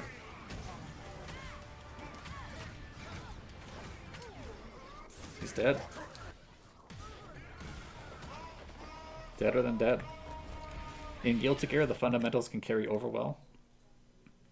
Why though? Like, what's so specific about Guilty Gear fundamentals? I don't really buy the argument. I think all fighting games can teach you something about how to play fighting games in general. KI is no exception. There are certain skills in KI that don't transfer, like combo breaking, for example. There are certain skills in other games that also don't transfer. Like, for example, you're not going to use baiting bursts in Street Fighter. KI encourages fast, at times reckless, abandoned, audacious pacing. However, it's up to the player to make the right moment-to-moment decisions. This game can be played with its own proper footsies. So the thing is, I think you are correct. I mostly agree with what you said there. And I think this is where people misrepresent KI footsies. KI is a very fast-paced game, and nobody would disagree. And in fact, I think that's one of its strengths, is that it tests your decision-making under high-stress, fast-paced, the pace is too fast to always be correct. So people who are correct more often, it's even more impressive, right? That's what I think is the value of KI. When you play a slower game, it's a lot easier to make the correct decision more often. So you may or may not like fast-paced games. I think that's fine to say that a person may prefer a slower paced game. But you should not mistake a slower paced game with the term footsies, I think. Footsies can exist at high and slow paces, and you just have to know what particular aspect of the game you're talking about when you say something doesn't transfer. Right? So yeah, KI is fast paced. It leads to a lot of scrambly situations, there's no doubt about that. I think testing people in the scramble is also something very interesting. Personally, I like that a lot. It doesn't always feel good to be wrong in the scramble, but it's a very interesting thing to watch. And I think decision making will never get tired in KI because it is so difficult to always be correct in the scramble, right? But people think about that as like bad game design, and I definitely don't agree with that statement, if that makes sense. I could talk about that for a long time, so I won't bore you guys too much with it. Let's just keep watching the matches. But if people have questions and they want me to like chat a bit more about certain aspects of that, Oh, they Nate, can man. feel free Nate's to just ask. like, let me ruin your Sunday real quick. You want to relax? Nah. Let me give you some stress first.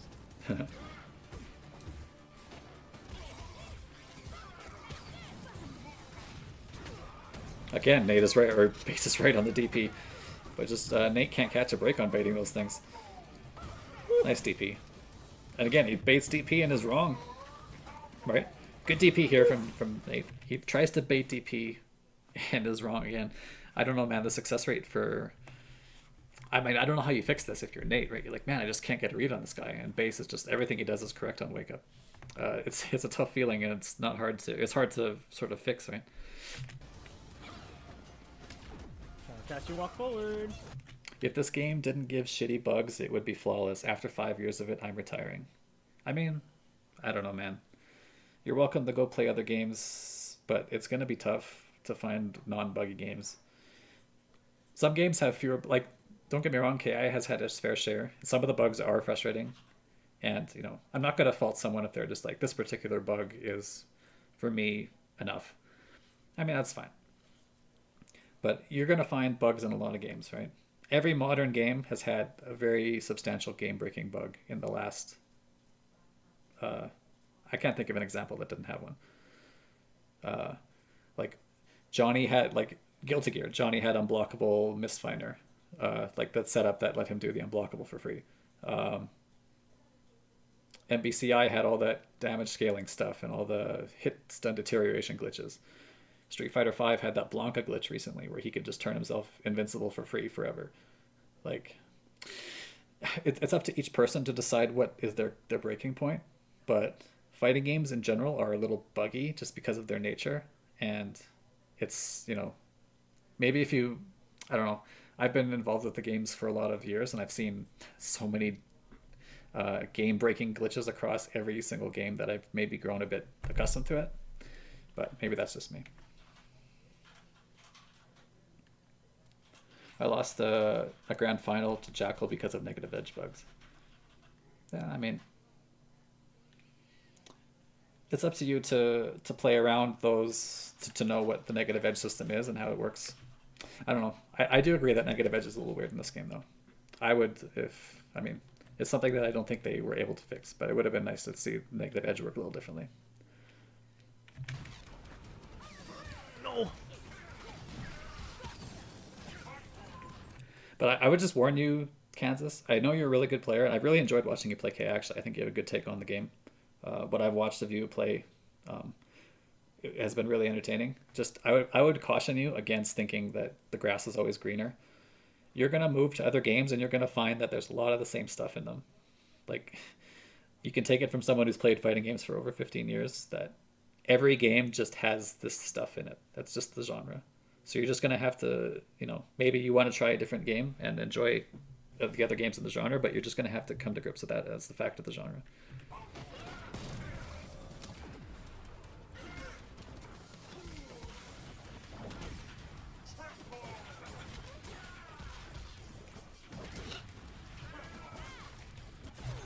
Nice break. Sorry, let's get back into this match here. Oh.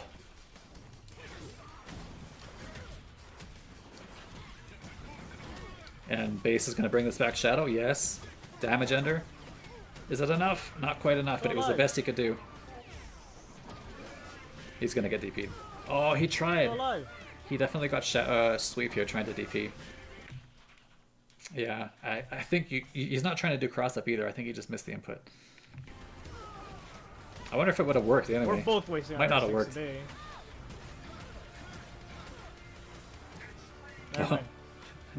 Base drops the combo again. Oh, man, that success rate is good. And that was sort of a scramble DP. Nice DP from Nate there on response. And you can see what Nate did here, actually. He didn't do damage ender here.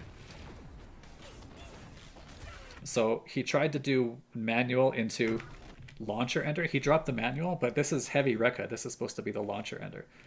But I think it's the wrong choice. It might not have even killed him, right? Maybe it would have, but I think you just always do damage ender in these situations because you're not looking for setups. You're looking for the damage.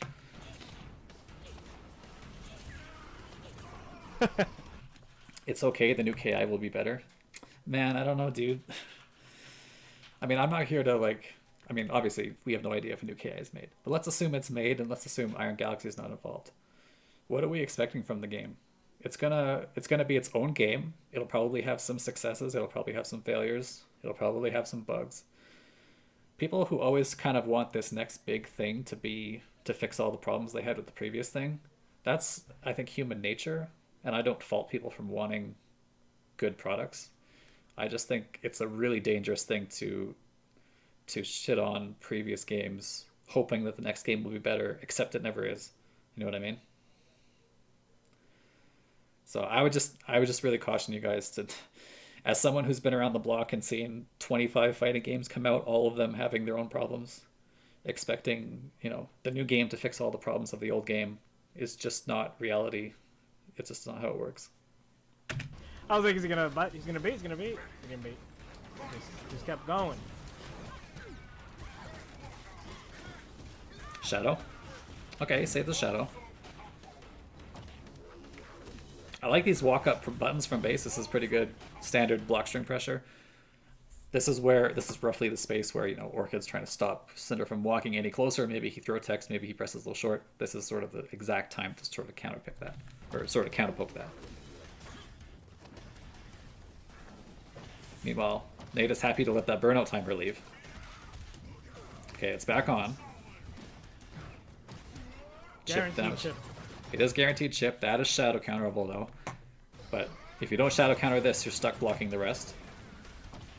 This is a pretty tough spot. Oh, he got out. Oh man, he didn't get the correct decision there. And now you just have to pretend everything. Please punish. Ah. That was his one chance, right? I mean, he has a lot of life to go, right? He needs the big punishes.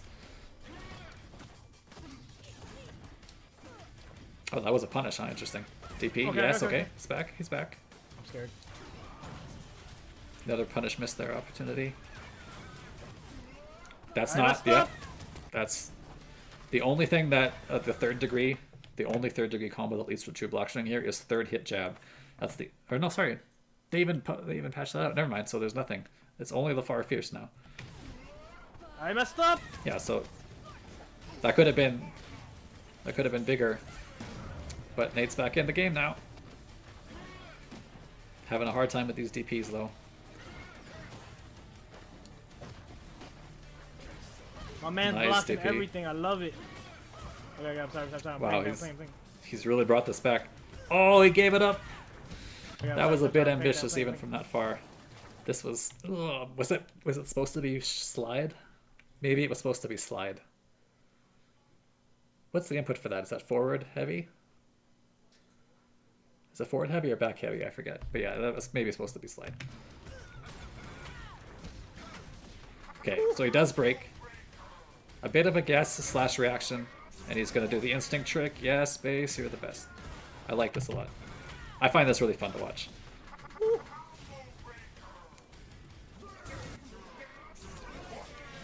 He had this plan the whole time, right? He knows that if he was ever going to land Inferno or have an opportunity to use Shadow, he would just do it immediately and do this trick. So any opener would have immediately led to Shadow into this.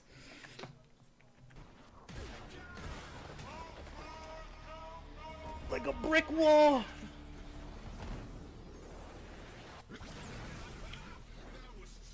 Oh, hey Frank, good to see you coming by. Appreciate you stopping by.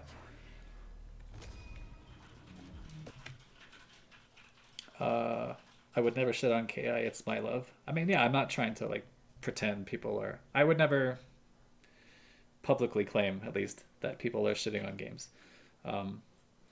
People have their reasons to be upset and about any given thing, and that's totally fine and subjective, and that's up to you guys, right? I just hear this sentiment a lot. I kind of feel I have to say something because to the younger players who are just getting into fighting games, I think it's not. It's just unreasonable to expect the world out of the new fighting game. And I've just seen it happen a lot in my days. So I guess I'm just trying to warn you guys about that. That makes sense, right?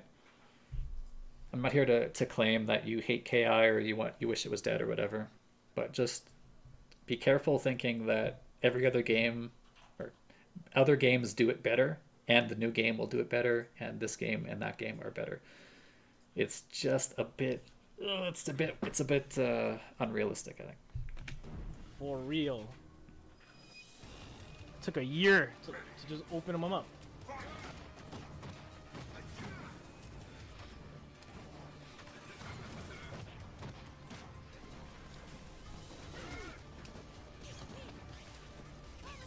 Man, Orchid using that backdash. Well, that wasn't even a combo. 1, 2, Shadow. Oh, saves the Shadow. I think Shadow might have been the right use here. The difference between... maybe he gets broken. In general, I think the difference between level 2 and level 3 burnout is worth Shadow. This looks familiar, right? This is the same situation we saw before. Base looking to open up Orchid, who's sort of camping here on the flames. So he walks forward and presses a button saying, look, I'm coming in. This is my space. Don't even think about it. And she tried to swing and she was out of range. So he walks up a bit more. They sort of trade a little bit. Okay. Looks like Orchid wins that exchange, but it's scary for her. Bravery. He finally punishes the DP, or he gets right. This is Bravery. heartbreaking. He did the correct thing here and then was not ready for the punish. Here you can block and do the trick I was talking about, or you can just straight up do the projectile shadow through here, right? This is a projectile, the big flame. So if you're gonna bait DP, you need to have the response ready, right? There's no point in baiting DP if you get the move that you're looking to bait and then don't do anything with it. So he should have a plan for what he wants to do if DP comes, and instead he walks forward. The plan is to walk forward and pressure. He tried it again. I respect it. Yeah, I don't know. It's not quite the right play, I think. Oh, he's dead. Or not dead. There's the right shadow spent. And I like that he goes for damage here. He doesn't do wall splat, he doesn't do a bunch of nonsense. He takes his damage, and now he's 1 mix-up away from winning.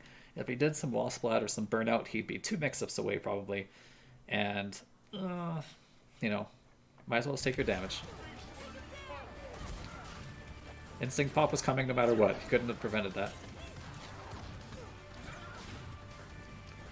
And again, all these DPs that Base has done has gotten him a lot of respect from Nate, right? Look at this walk back. She's instinct, right? She is like at her peak offensive potential, basically. The only thing that could be better maybe if she was in the corner. But like he's scared. He's scared to pressure because he's been so wrong so often that Base just gets to up back for free out of there.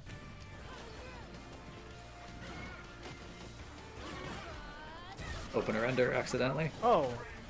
Oh, he was mashing and got instant counter. Oh. The reason this happened, this is interesting actually, because he actually gets hit by the cat. I think this is what happens. So normally you can't instant counter breakers or instant cancel combo breakers, right? But I think this is a weird situation where he got hit the same frame as he combo broke, and the game like thought he was not combo breaking. Because for sure he combo broke and then got hit by the cat, and then because I don't know if you guys know this, combo breakers have startup, right? There's a bit of startup in combo breakers. I believe I slowed it down one time and looked, and I think it was 4 frames. You guys have probably seen this actually, because you know when you how do I say this? When somebody tries to do a manual, like a light manual into a shadow ender, or a shadow linker rather, and you break the manual, but it doesn't happen until after the shadow move got announced. You know what I'm talking about?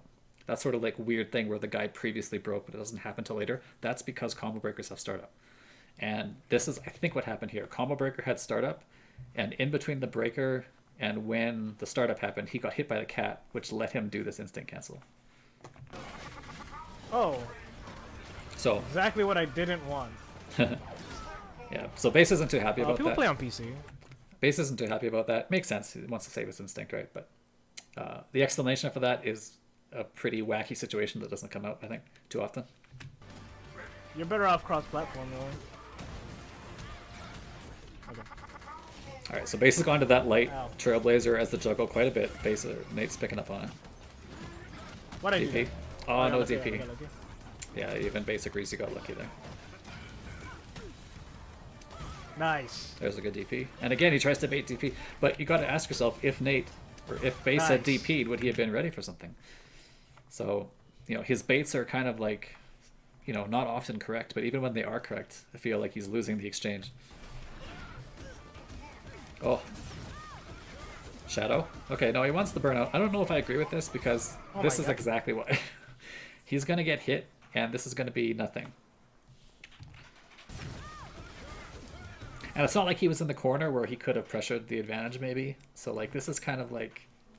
I don't know, it's a bit risky, right? Because maybe if he doesn't get hit, it works out in his favor. But I think... And he doesn't need the meter, so... Yeah, I don't know, it's either this or damage ender. I think I might have just taken damage ender, because... I don't know. It's one of those borderline cases. Oh my god.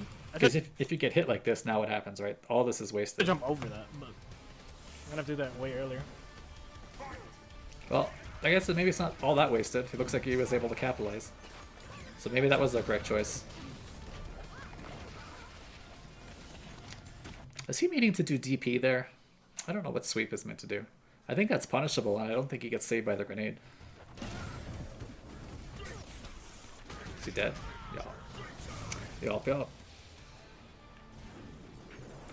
Anyway, think about this. I've studied KI for like 5 years, and I wrote the guide, and I did these analysis streams, and I watched lots of matches, and I talked to people about strategy, all this stuff, and I didn't know if this was the correct decision here, right? Think about this, right? This burnout ender thing here.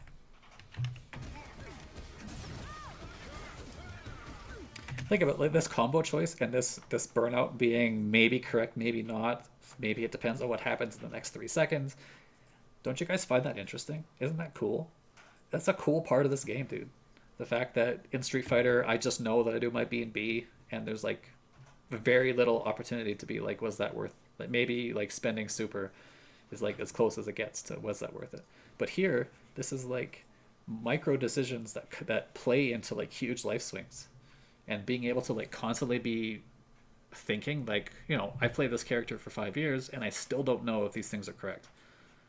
That excites me as a player. Like, this game design space is big and cool. It's something we should be celebrating, right? It's cool.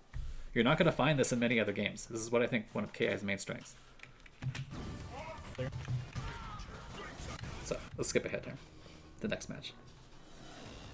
So when you guys are thinking about what skills transfer to other games, and like, you know, oh, in Guilty Gear, whatever footsies and defense and stuff I learned in Guilty Gear I can easily transfer, but in KI it's not the case. I think it's going to be pretty hard for you to find another game, at least in all the games I've studied and learned over the years, including many of the modern games and almost all of the old school games. Decision making in those games is nowhere close to KI. And it's something that I feel if a new KI comes out and it doesn't capture the essence of this game, we may lose the aspect of this game that I like a lot. Like, I think they got a little bit lucky with how good the decision making was in this game. It wasn't planned, probably, to be as deep as it was. So, and it's hard to recapture that lightning in a bottle, right? So we have to be careful about wishing for new games because we're not entirely sure what we're going to get, and we're not entirely sure which aspects of the old game we will lose. But you'll probably find that whatever new game you try won't have quite as much of the difficult decision making as KI does.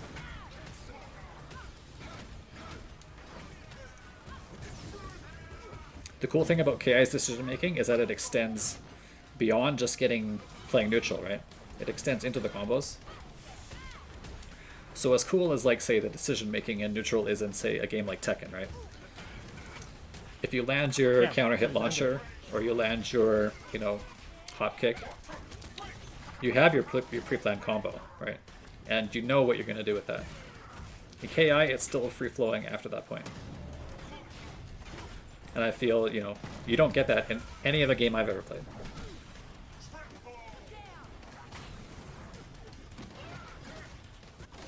Nice break.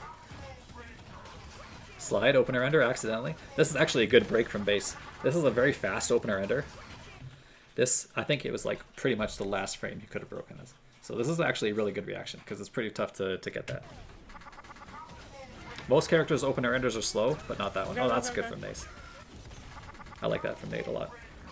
DP? Oh, he tried DP. That was DP for sure. He got the quarter circle move rather than the DP move. Yeah, that's what he went to do last time. Oh no, he crossed himself up. This is what you don't want to do, right? This corner thing. I guess he wasn't expecting it to cross up. Like, the grenade look maybe pushed him out a little bit. I was thinking he was hoping to keep the corner position. But he's dead. Yeah. Oh, I didn't attach. He didn't attach because he was invincible. I think you have to not be... Or maybe it just didn't hit him. I'm not sure if it attaches to invincible characters. I don't think it does. Oh, I didn't attach. But yeah, it was That's exactly what I was trying to bait. Oh. Oh, this is that last pixel thing. Right, this last pixel in KI is so scary because this character can sort of spin, so he's gonna get hit. Ooh. Okay. I respect like that. that. Yeah, that's good. That's really hard to do too. Oh no.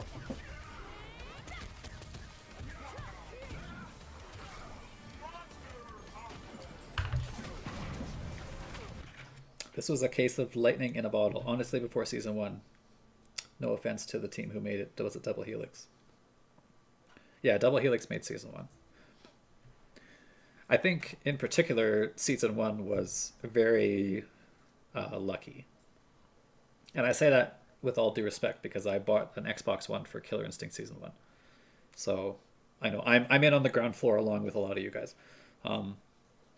but in retrospect, the game I don't think was that great.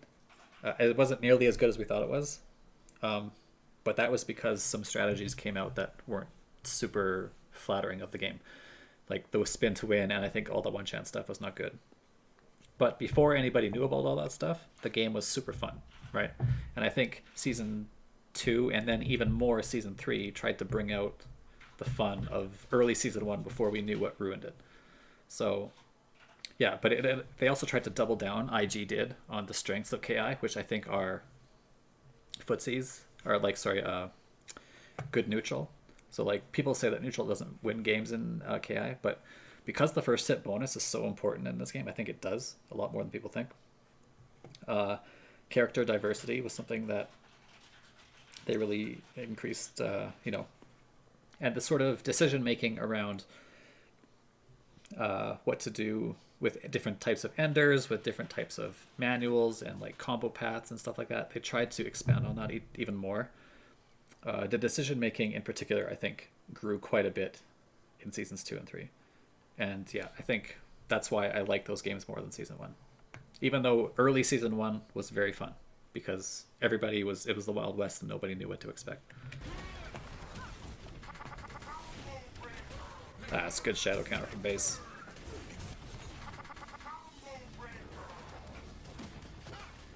DP? Yeah, I like DP better here than Crouch Fierce. I know what he wants to do, right? But he's pretty slow with this anti-air. It's tough to get this move, especially when he's over your head like this. Yeah, I don't know. Base is going to talk about why the anti-air is slow here in a second, I'm sure. But I think DP is just a better choice there, especially when he might be... Was he fired up here? He might have gotten the combo anyway. My anti-air! He was fired up. Oh, they're so late!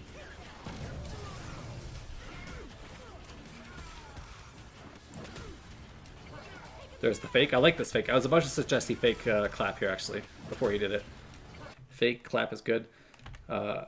It's kind of hard to react to the difference between fake clap and true meaty clap, right? But he forces the instinct pop, which is good. He forces it in a situation that's not scary for him. Like, this is not where he's about to get clopped for massive damage. He might still get hit, but it's not going to be crazy. So he backs up and it does something crazy like that. And now base is out of there. And he's going to waste a good 10 seconds of this instinct. Oh, he even gets a hit. Oh, that was just a reset. It didn't even... He didn't even block. Punish with DP. Oh, that's even better. This is totally punishable. He even did an attack in the air, so for sure he's landing with recovery frames here. I didn't... Trailblaze. He said he didn't Trailblaze, so it looks like he was trying to do Trailblazer backwards, and he got standing leg kick instead. So maybe like the inputs got crossed up when you did the transfer over the head. I didn't... Trailblaze.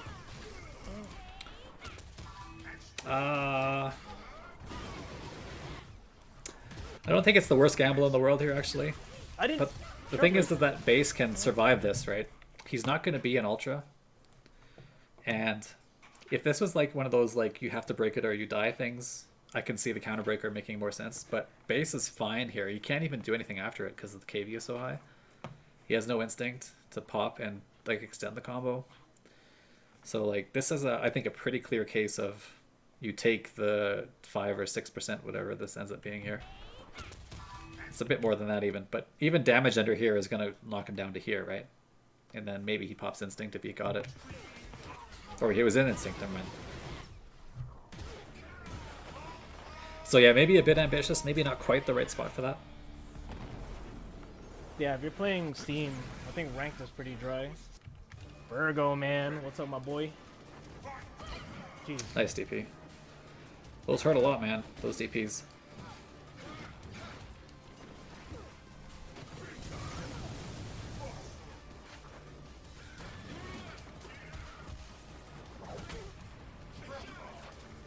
Oh, he tried to punish the big DP.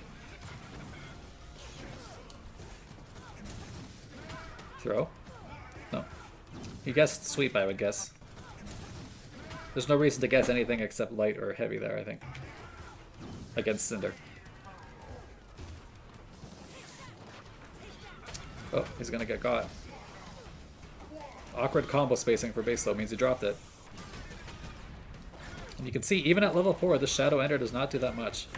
Right, so here's the non-white life. I mean, it's way less than other damage enders, shadow damage enders. He gets the juggle, which is the important thing, right? But yeah, he leaves himself open to more break opportunities there. Uh-oh. Unblockable. And base just got hit. I'm not sure why. And there's the same combo from before, right? This fierce into cat into fierce. So base has seen enough of that.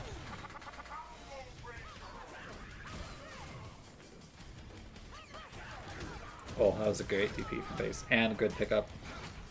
He's gonna get meter. I would take meter. Yes. The right choice at level 2. I said earlier, right? Level 3. You don't do burnouts between rounds unless you're level 3 or more. Everything else you take wall splat or throw. Okay. Or sorry, wall splat or meter. I don't know what I said.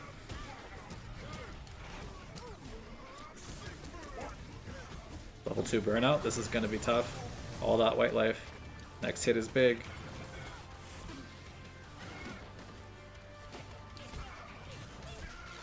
Oh, that was that was counter hit. That was a great break from base, actually. This heavy break here. I think it was a guess. This is the 3-move rule. Oh, sorry, not the 3-move rule. This is the. It was like basically he manualed a special move as like a link. So because he had hit with the first special move, it was breakable. But yeah, this is a great break from base to even be aware that that happened to him. Yeah, that comboed into itself? That's cool. Like he knew what happened, but to think about breaking there as opposed to just like understanding the situation is cool. Nice punish from base. I like that a lot. Even with the instant break, 13%, right? So again, always think about what, you know, if you're talking about the breaker game in KI, I always think you should look at this number after you get broken. Don't think too much about the damage that he saved by breaking. Think about the damage you still earned and the risk he took to avoid taking 40%. So 13% for a shadow off of a fierce is still pretty good. Cinder still has a shadow to use in neutral or off of like full screen Inferno, something like that. He can spend meter to convert. He's in a great spot here, even though that break, you know, saved Orchid's life there. What am I doing? Let him jump. No, he meant to do. Oh, and he got. I got lucky. I got lucky. He got lucky. Yeah. That was obviously supposed to be damage under, and he just mistake the input. I know that Nate has trouble doing DPs sometimes. Like I've seen this happen often to him. That's what also makes me think all those sweeps in the corner that he was doing were DPs. But anyway, so whatever. But notice that this low profile is the DP. That's pretty interesting, yeah? I got lucky. He still gets hit by the pillar. I got lucky.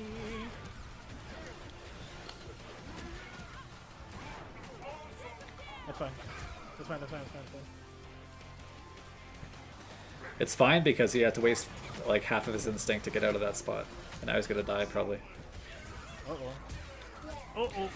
So, not the worst counter break attempt from base, especially considering I think this is base's first counter break attempt the entire game. So, you know, he still would have had to survive one more guess here. So maybe you do this and then counter break the manual you do when you land. I don't know, but I don't dislike this attempt. Oh, reset. Another one. That was a cool scramble. Base picked the right thing here to beat slide, but it doesn't get saved by the cat. So I think this is actually savable or confirmable by Nate. It looks like he tried. He was just a little late.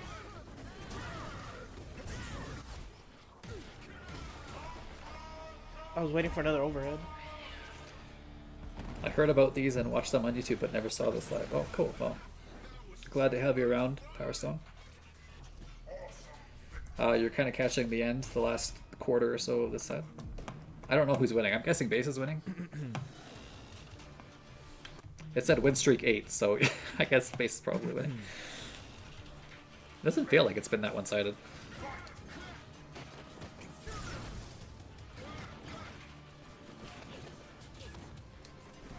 Nice. I like that. Oh, there you go. I'm glad. This has been one of those things that's Nate missed this previous set. Like he's walked back and baits DP or he baits throw. Usually throw because he's been a little bit less successful in the DP baits. But then he doesn't punish. Like he's not quite ready. He's like half ready, but not really ready, right? Here he was like ready enough to still punish. Reaction break from base.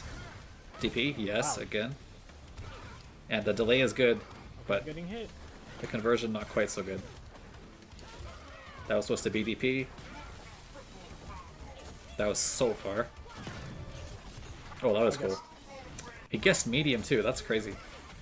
He wall spotted him into the grenade, which like stopped his backward movement so that he could manual here. That's pretty cool. It's like a wall splat without adding KV. Right? Did he add KV based on that? No, that was the grenade added like 10 KV, but like the wall splat normally adds 50, right? So he basically got a free wall splat without the KV addition. I guess. But that media break I think is pretty crazy. I guess for my life right now.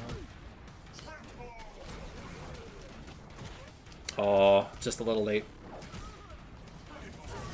Man, he got caught again. Oh, Oh man, that was so fast. you should watch the one with Paul B. It's really cool to watch someone break these down. Yeah, I've been trying to think about other sets to watch. I probably will not do that particular set, but there's other sets I was interested in doing, like maybe I was thinking about analyzing top 8 for CEO last year, which I didn't get to do when I was doing them, when I was back streaming a bit more often last year. So I might go back and do that one. Or if other people have sets to suggest, they can always do that too. I won't always be able to analyze every set, but something is particularly interesting or cool, I might check it out. Nice.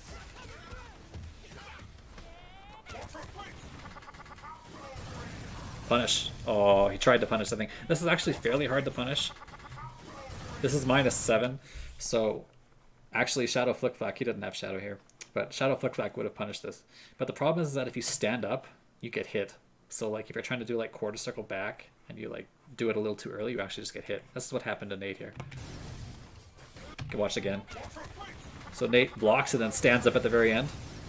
Not because he didn't think it was low, but because he was trying to move just slightly early. Okay. Yeah. One hell of a radius, buddy.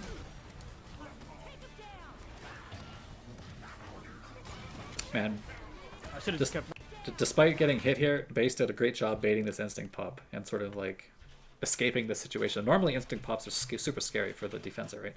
That you pop instinct and you're like, oh, he gets a free DP if I pressed anything. If I did something silly, he can always shadow through me or something, you know, get a free combo opener.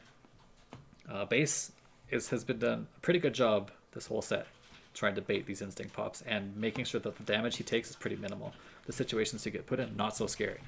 Again, here, right, he's got a bomb on him, so he jumps over the cat, detonates the bomb, lands, and, you know, good read from Nate here to shadow counter. But I should have just kept mashing.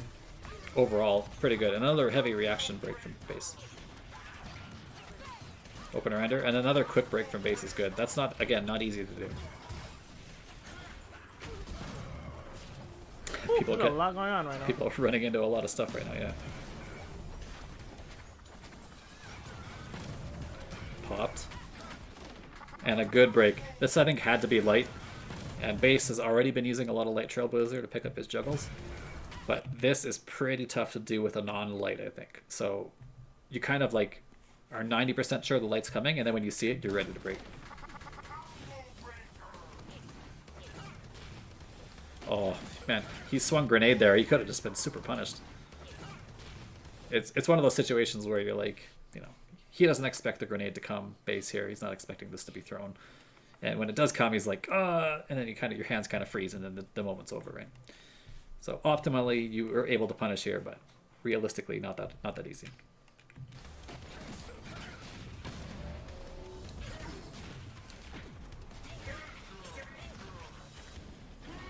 DP, oh man. There's the DP, and he's dead. I mean, there's no coming back I'm from gonna this. die. Yeah. Got hit way too many straight things there. One step closer to flushing out Ultra Tech. Supreme victory.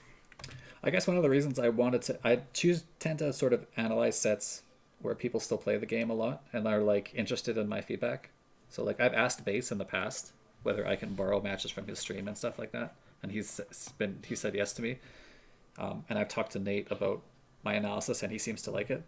So, people who have given me permission to analyze their matches probably get, I'm more willing to do it for them. I think Paul doesn't play that much anymore. So, if he's out of practice and making mistakes that are just due to him being rusty, then it's not as interesting of an analysis, right? Because I can just say, oh, he should have done this. And then, the response is, yeah, I know, but I was rusty. And then, that's a reasonable answer. And then it's kind of not so interesting, right? But I haven't watched the set myself, so maybe it is just kind of pretty cool anyway. Devil in general likes my analysis, I think. Yeah, I've analyzed matches from Devil in the past. So yeah, Devil is not the concern there. Oh.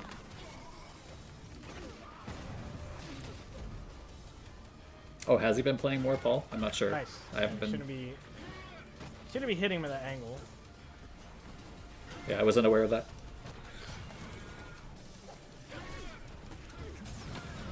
Oh yeah, That's you can see what unfortunate. Base tried to end this. He saw what was going to happen to him, and he's like, I gotta stop this now. But yeah, in these situations where you're going to get clobbered, and here he doesn't even have Shadow to spend, right? And even if he does have Shadow, maybe he doesn't think this is the best use of his Shadow because Orchid can break or something, and he's like, well, I don't want to use it there. In these situations, I think you just do damage under. You're going to get hit, but it doesn't matter because, it doesn't matter because no matter what you do, you're getting hit. So you might as well do the thing that does the most damage, right? Damage under here is correct just because, you're going to do 1% more damage early in the combo. Even if you get hit right after you start your damage under, that little bit of extra damage is valuable. That's unfortunate. Damage under actually might have launched him off the ground too. Maybe he gets hit airborne. That would have been pretty neat if he could save himself a grounded combo. 1, 2. Okay, he did medium. He wasn't sure if he had enough time for the heavy there. Oh. Yeah, no. You can only cancel that into Shadow. You can't link anything else. I think you're actually negative on hit. Or maybe 0. I forget No. exactly. You know what? I think I slowed it down a little too much.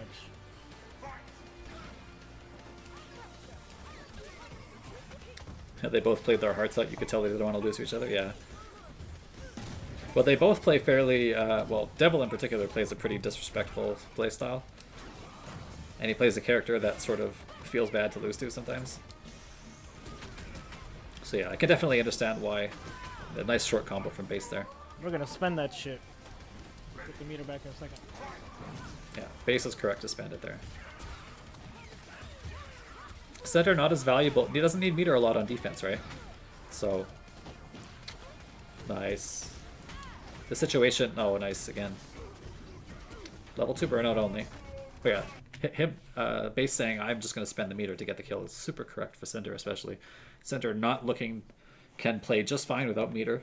He can run away with bombs. He can pressure with claps and with target combos and stuff. He doesn't need meter to do his tricks. I mean, ideally he would have meter so that he has access to a couple extra things, but he's not lacking, right? 1, 2. He chooses level 4 burnout. Nice tech. Oh my god, I forgot. Wow. I like the level 4 burnout here because he needs the big comeback. Damage Ender, not enough, because Damage Ender takes him down to, I don't know, here or something. Then he probably still needs a really long combo or 2 openers to get danger, right? And he can't get hit. Obviously, as you saw, he can't get hit. So this basically turns those 2 openings into 1 if he waits a little bit. So, it's probably the correct choice here. I really like the slide ultra though, in particular because Base is looking to walk forward there. This is obviously a good way to beat walking, right? Low moves. So, yeah, smart from Nate, and he obviously just inputs ultra regardless. He assumes his read is correct. On block, he gets Shadow DP, which is bad, or Shadow something or other. I forget what Orchid's ultra input is. Maybe he gets a fine Shadow that's safe on block. Oh my god, I forgot. What is Orchid's, can someone tell me what Orchid's I could survive another Shadow hit. or Ultra input Nope. is? Nope.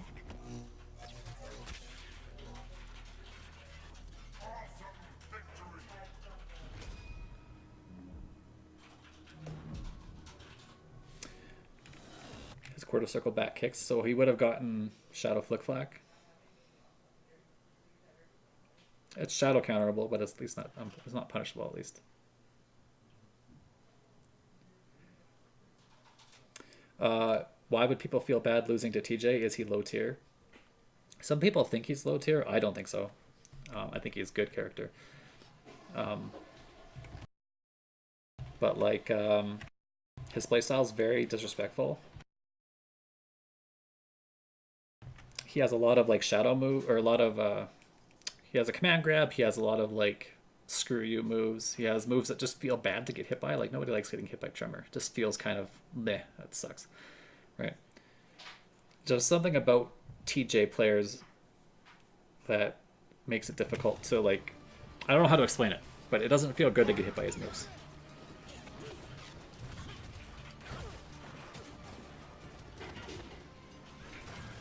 Yeah, not everybody agrees with Devil about TJ's strength. I do, I think. I don't know exactly what he thinks the strength is, but I don't think he's a bad character by any stretch. I think he's in the tier right below the top tier. So whatever my top 5 characters are, Medium. Okay. if I put my top 5 characters like, you know, in the S+ tier, then there's a long list of characters that are in the tier below them, and TJ's in that list for me.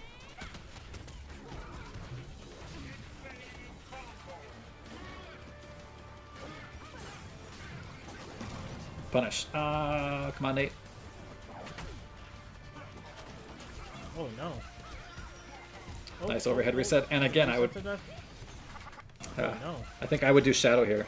Oh, oh. Shadow Flick Flack probably just kills him straight up, actually, because it does a lot of damage as an opener. So Shadow Flick Flack as a confirm is where it's at there, I think. Oh, I'm gonna reset. Now, but he does do something that isn't light, which I like, because I think it turns out in this case light into enter would have worked fine. But I think going with heavy here is sort of the counterintuitive choice, which a lot of people aren't looking to guess break. So if Base was looking to guess break, he doesn't guess break heavies. So it doesn't work out for him there.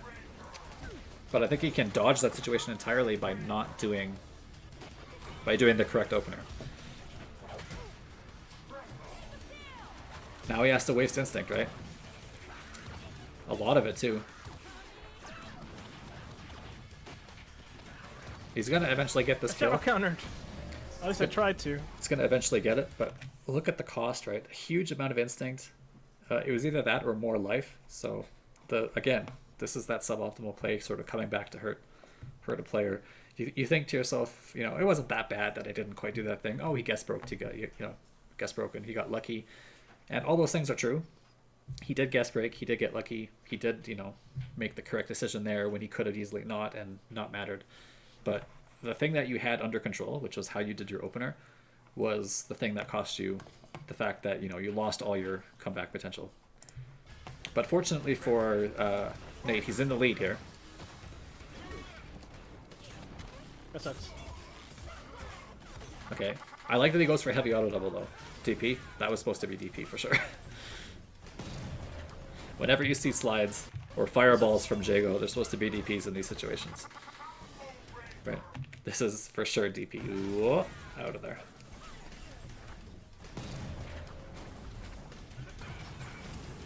Oh.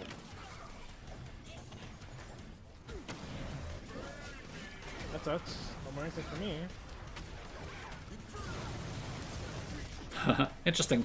This doesn't do as much damage as you think. Here's the damage. So he was about here when it started this. I mean, it's unbreakable, but was that what he meant to do? Maybe it wasn't what he meant to do, and he just like held it when he realized what was happening. Oh, that's a crazy good block. Yeah, good bait. I think he was going for some stylish punish there, but I'm not sure why. Just press Fierce into opener and then get level 3 burnout. He's in trouble. Level 1 burnout. It's not very long. Oh, wow, he got out. If he didn't get out here, this could have tails. Like, if he gets hit by this low forward or the next move, this level 1 burnout turns into a level 3 burnout on like on the feed or something, and then this round quickly gets away from him.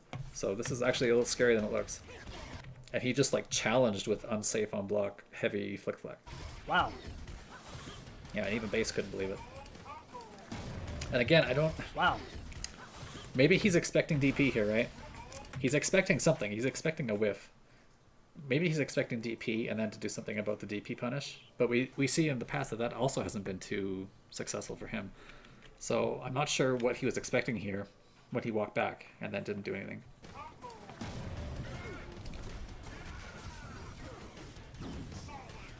DP? Okay, well, might have still gotten clipped, but I would have tried it. Okay. Okay. Yeah, so base, again, tried to minimize the situation, right? He faked and was looking to walk back out of range of this instinct pop. He still gets grabbed, but this could have been worse. Okay. Right, he's in the corner, so it's not great. But I think base did about as good as he could have done there to minimize the impact. Need to get out of here. Oh no. Wow. Out of here. He must have just... Yeah, he had already thrown... This is the crazy read. He had thrown bomb already. Oh no. That's a pretty crazy read, actually. But he's been trying that a lot in the past. I think he still had cat. Did he have cat? Yeah, he had cat. So he was safe, even if it didn't work. Oh no.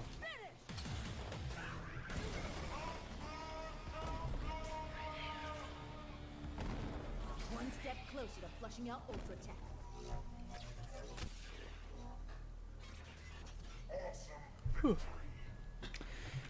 Who's below that long list, i.e. who are the weakest characters in the game? For me, it's like... See, I don't even know.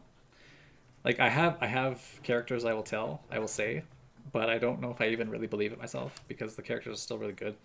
I don't know. Conra, maybe, but I think he's pretty good. Sadira, maybe, but I think she's pretty good. Boy, I'd have to look at a character select screen and see again. Yeah, whoever's low on that list, maybe Arbiter, actually. But again, I think he's probably a bit better than people think. He's just kind of hard to optimize. So, but I mean, if you're talking about ability and, risk reward for the difficulty of play, maybe Arbiter is down there. But yeah, the list is very small. Oh, hey, Devil. Yeah, people were just asking about your TJ. How's it going?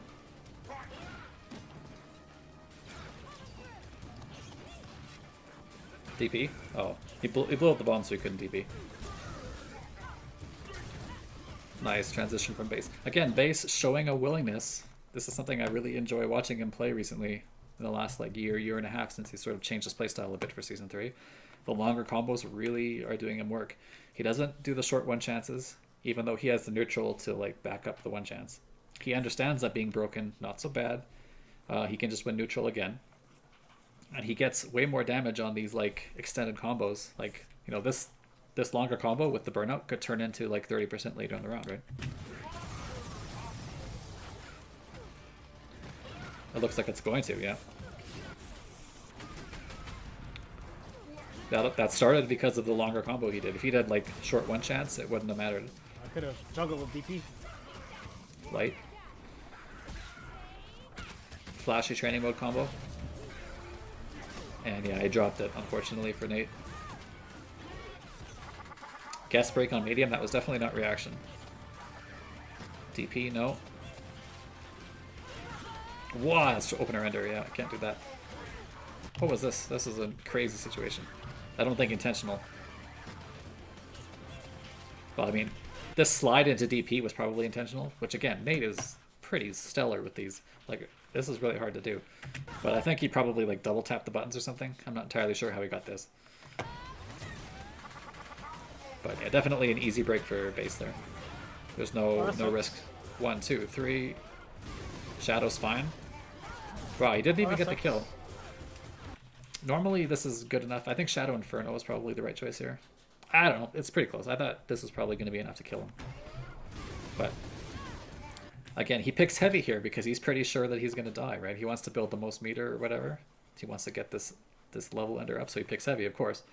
And Nate is guessing light because he thinks Pace is not going to do heavies here and to do the one chance. So I'm actually pretty surprised that that didn't kill him. And I would have probably fallen for the heavy trap too if I was Nate. Look at all this damage. Oh, that could have been big. Okay, he's plus whatever here, plus a bunch. Oh, that was definitely late. He's tried this trick in the past where he just throw into a heavy thing. But for some reason he waited there. Like he tried to do the input and was a little late. So instead he just slides on in for big time punishment. And now he's big time dead. Oh, good break from me. This was really important. I think Base is going to end this combo. This is actually the one chance part of this combo. And it's always medium if he does this medium as the opener. So it's not really a guess here. It's just really hard to react if he thinks he's going to do that, because he can just go from medium Trailblazer directly into heavy auto double if he wants, right? You can't always just break medium for free here, but if you see this, it's always medium. DP, DP again. Heavy kick is so slow. That was a great punish from Base. Wow, counter breaker from Base there. Heavy kick is so slow. I don't know what he was reading, but he was correct. This is crazy to me. Such a crazy situation to counter break. No, no. That sucks. Yeah. I was gonna say not that combo, but even Base knows he made a mistake there. Get out of there. Yep. Didn't want to land on the Trying to bomb. do some fancy stuff there. DP. Ah. Why am I letting this guy jump? Yeah, even Base is like, why?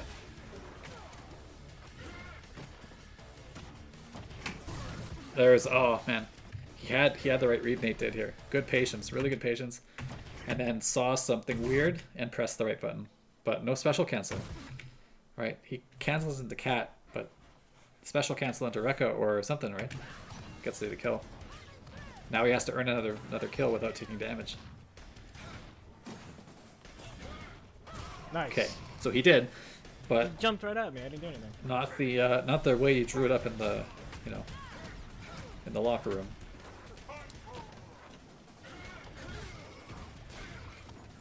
DP. He looked like he tried jump back air throw. Wrong game, maybe. I don't know. It looks like jump back air throw to me. Trying to play Street Fighter here. Yeah, see, I knew it. I knew it. The Base says I was trying to play Street Fighter. He tried to do jump back air throw. Trying to play Street Fighter here. Aha. Yeah. See, this is the situation I was talking about earlier, right? Instead of counter breaking the crossfire, because you know this doesn't lead to ultra, he has to do one more. Counter break this one, because this is the one that's scary.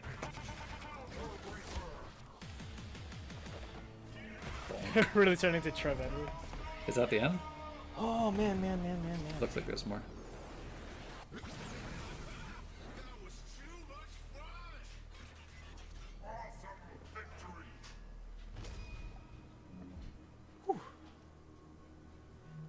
Oh, sorry, I haven't been reading chat. Hopefully nothing crazy came up.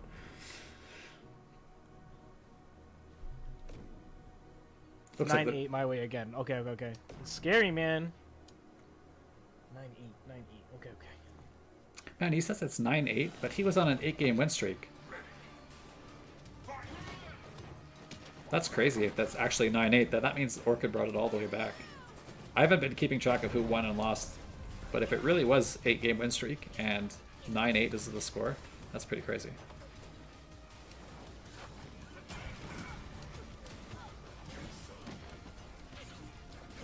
DP. Okay, he tried. Didn't work, but he tried. I like the try. Like, trying didn't cost him anything there, right? He got hit out of the air for like 2 damage, so it's fine. I like the backdash, and I like the DP even more. Okay. That's -7, but again, he stood up at the end. That's pretty tough to punish, though. I'm not expecting most characters to punish that. There are only a couple characters that have a 7-frame move that reaches that far. I think, like Jago, for example, Shadow Wind Kick. But in general, you're not really looking to punish too many of those Infernos. I like this. Base is fine to let this go. Only 28%, and Orchid spent a Shadow. Oh, there you go. Careful. Oh no, he dropped the combo. Again, Nate baiting without really thinking about what he's going to do if he sees the bait. Here it takes a long time and then presses those short. But at least he cancels into the Rekka this time, which I like. You gotta be careful. Drop the combo, but you know, they've also played 60 games here. You can see, right? Okay. So eventually you get tired. Don't always make the correct choice. Like I said earlier in the video, I'm not here to like make these players feel like they're terrible, or you know, just trying to give them food for thought. Give Okay. people watching food for thought so that they can start to think about their own play, right? Nice. Is it gonna... Ah, he did the wrong combo. I think he could have gotten level 3 burner, or burnout. Oh no. Yep, he was probably Deserve gonna... all of that. He just stood up and... Oh no. He was gonna get chipped no I matter deserve what. all of that.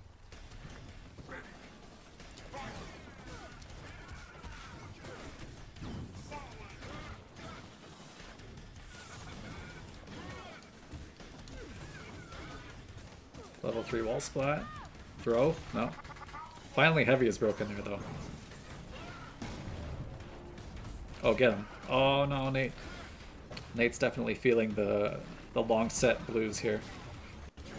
Lots of his inputs aren't coming out correctly and sort of like... Wow, 135 from base. That's a pretty difficult linker to get correct. The 135 especially. Wow. That's not gonna do anything. Wow. Well, okay, he got pressure anyway. I thought this would have been a punish, but he was able to block somehow. But still, to turn down the pressure. And now he's in the corner and about to die. The instinct pop is good. Wait, what? How'd I detonate something? What happened here?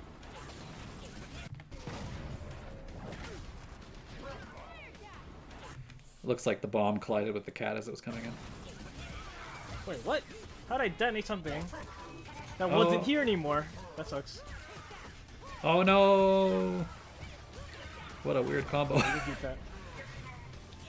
Man, he extended this so far out and did medium auto doubles and You stuff. can keep that. I think he might have left at least 5% on the table, which might... Maybe it doesn't kill, but yeah, that was a bit of an odd combo choice. But hopefully with this instinct he has enough juice left to kill. Well, that was a good switch around from base here, right? You're thinking to yourself, okay, he didn't do the optimal combo in that counterbreaker spot, but he still only needs one jab. One jab, he can turn to ultra, right? So, and he has the corner, and he has a bit of instinct left, so he's probably okay. And he has half-life left to survive. So, how does base get out of this? Presses a button. He's still in a bad spot here, though, right? He calls the cat, so Orchid's going to walk forward, right? Blocks DP with no punish. Or, sorry, no, the instant cancel got him out. Then he just jumps forward and is able to get away from this DP, or the lack of DP. The DP would have killed him. What happened here? Sorry, I was looking away. Interesting little, What an interaction. yeah. Base says it sarcastically, but I think this is pretty cool. That this grenade came out and, like, you know, this actually saved him. It was only because this was a projectile. This big clap is a projectile that this triggered the bomb. So, yeah, I don't know. Pretty interesting interaction for sure. That was a crazy break too. What an interaction. He's got him. Oh, he didn't. Did he throw the bomb? I thought he did. Let's watch again. It looked like he threw the bomb to me. So scared. Surprised I hit him. Surprised I didn't get hit. So scared. Is he dead? He's dead. Yep. My heart. Oh my god! I'm too old for this. I'm too old for this heart attack. Jeez, my boy. I'm making coffee. I gotta make a coffee after that. I'm making a coffee. Oh, that looks Nate, like the please end of that set. throw your Twitter, man. Throw your Twitter. Throw your Twitch. Throw all that stuff in there, brother. Oh.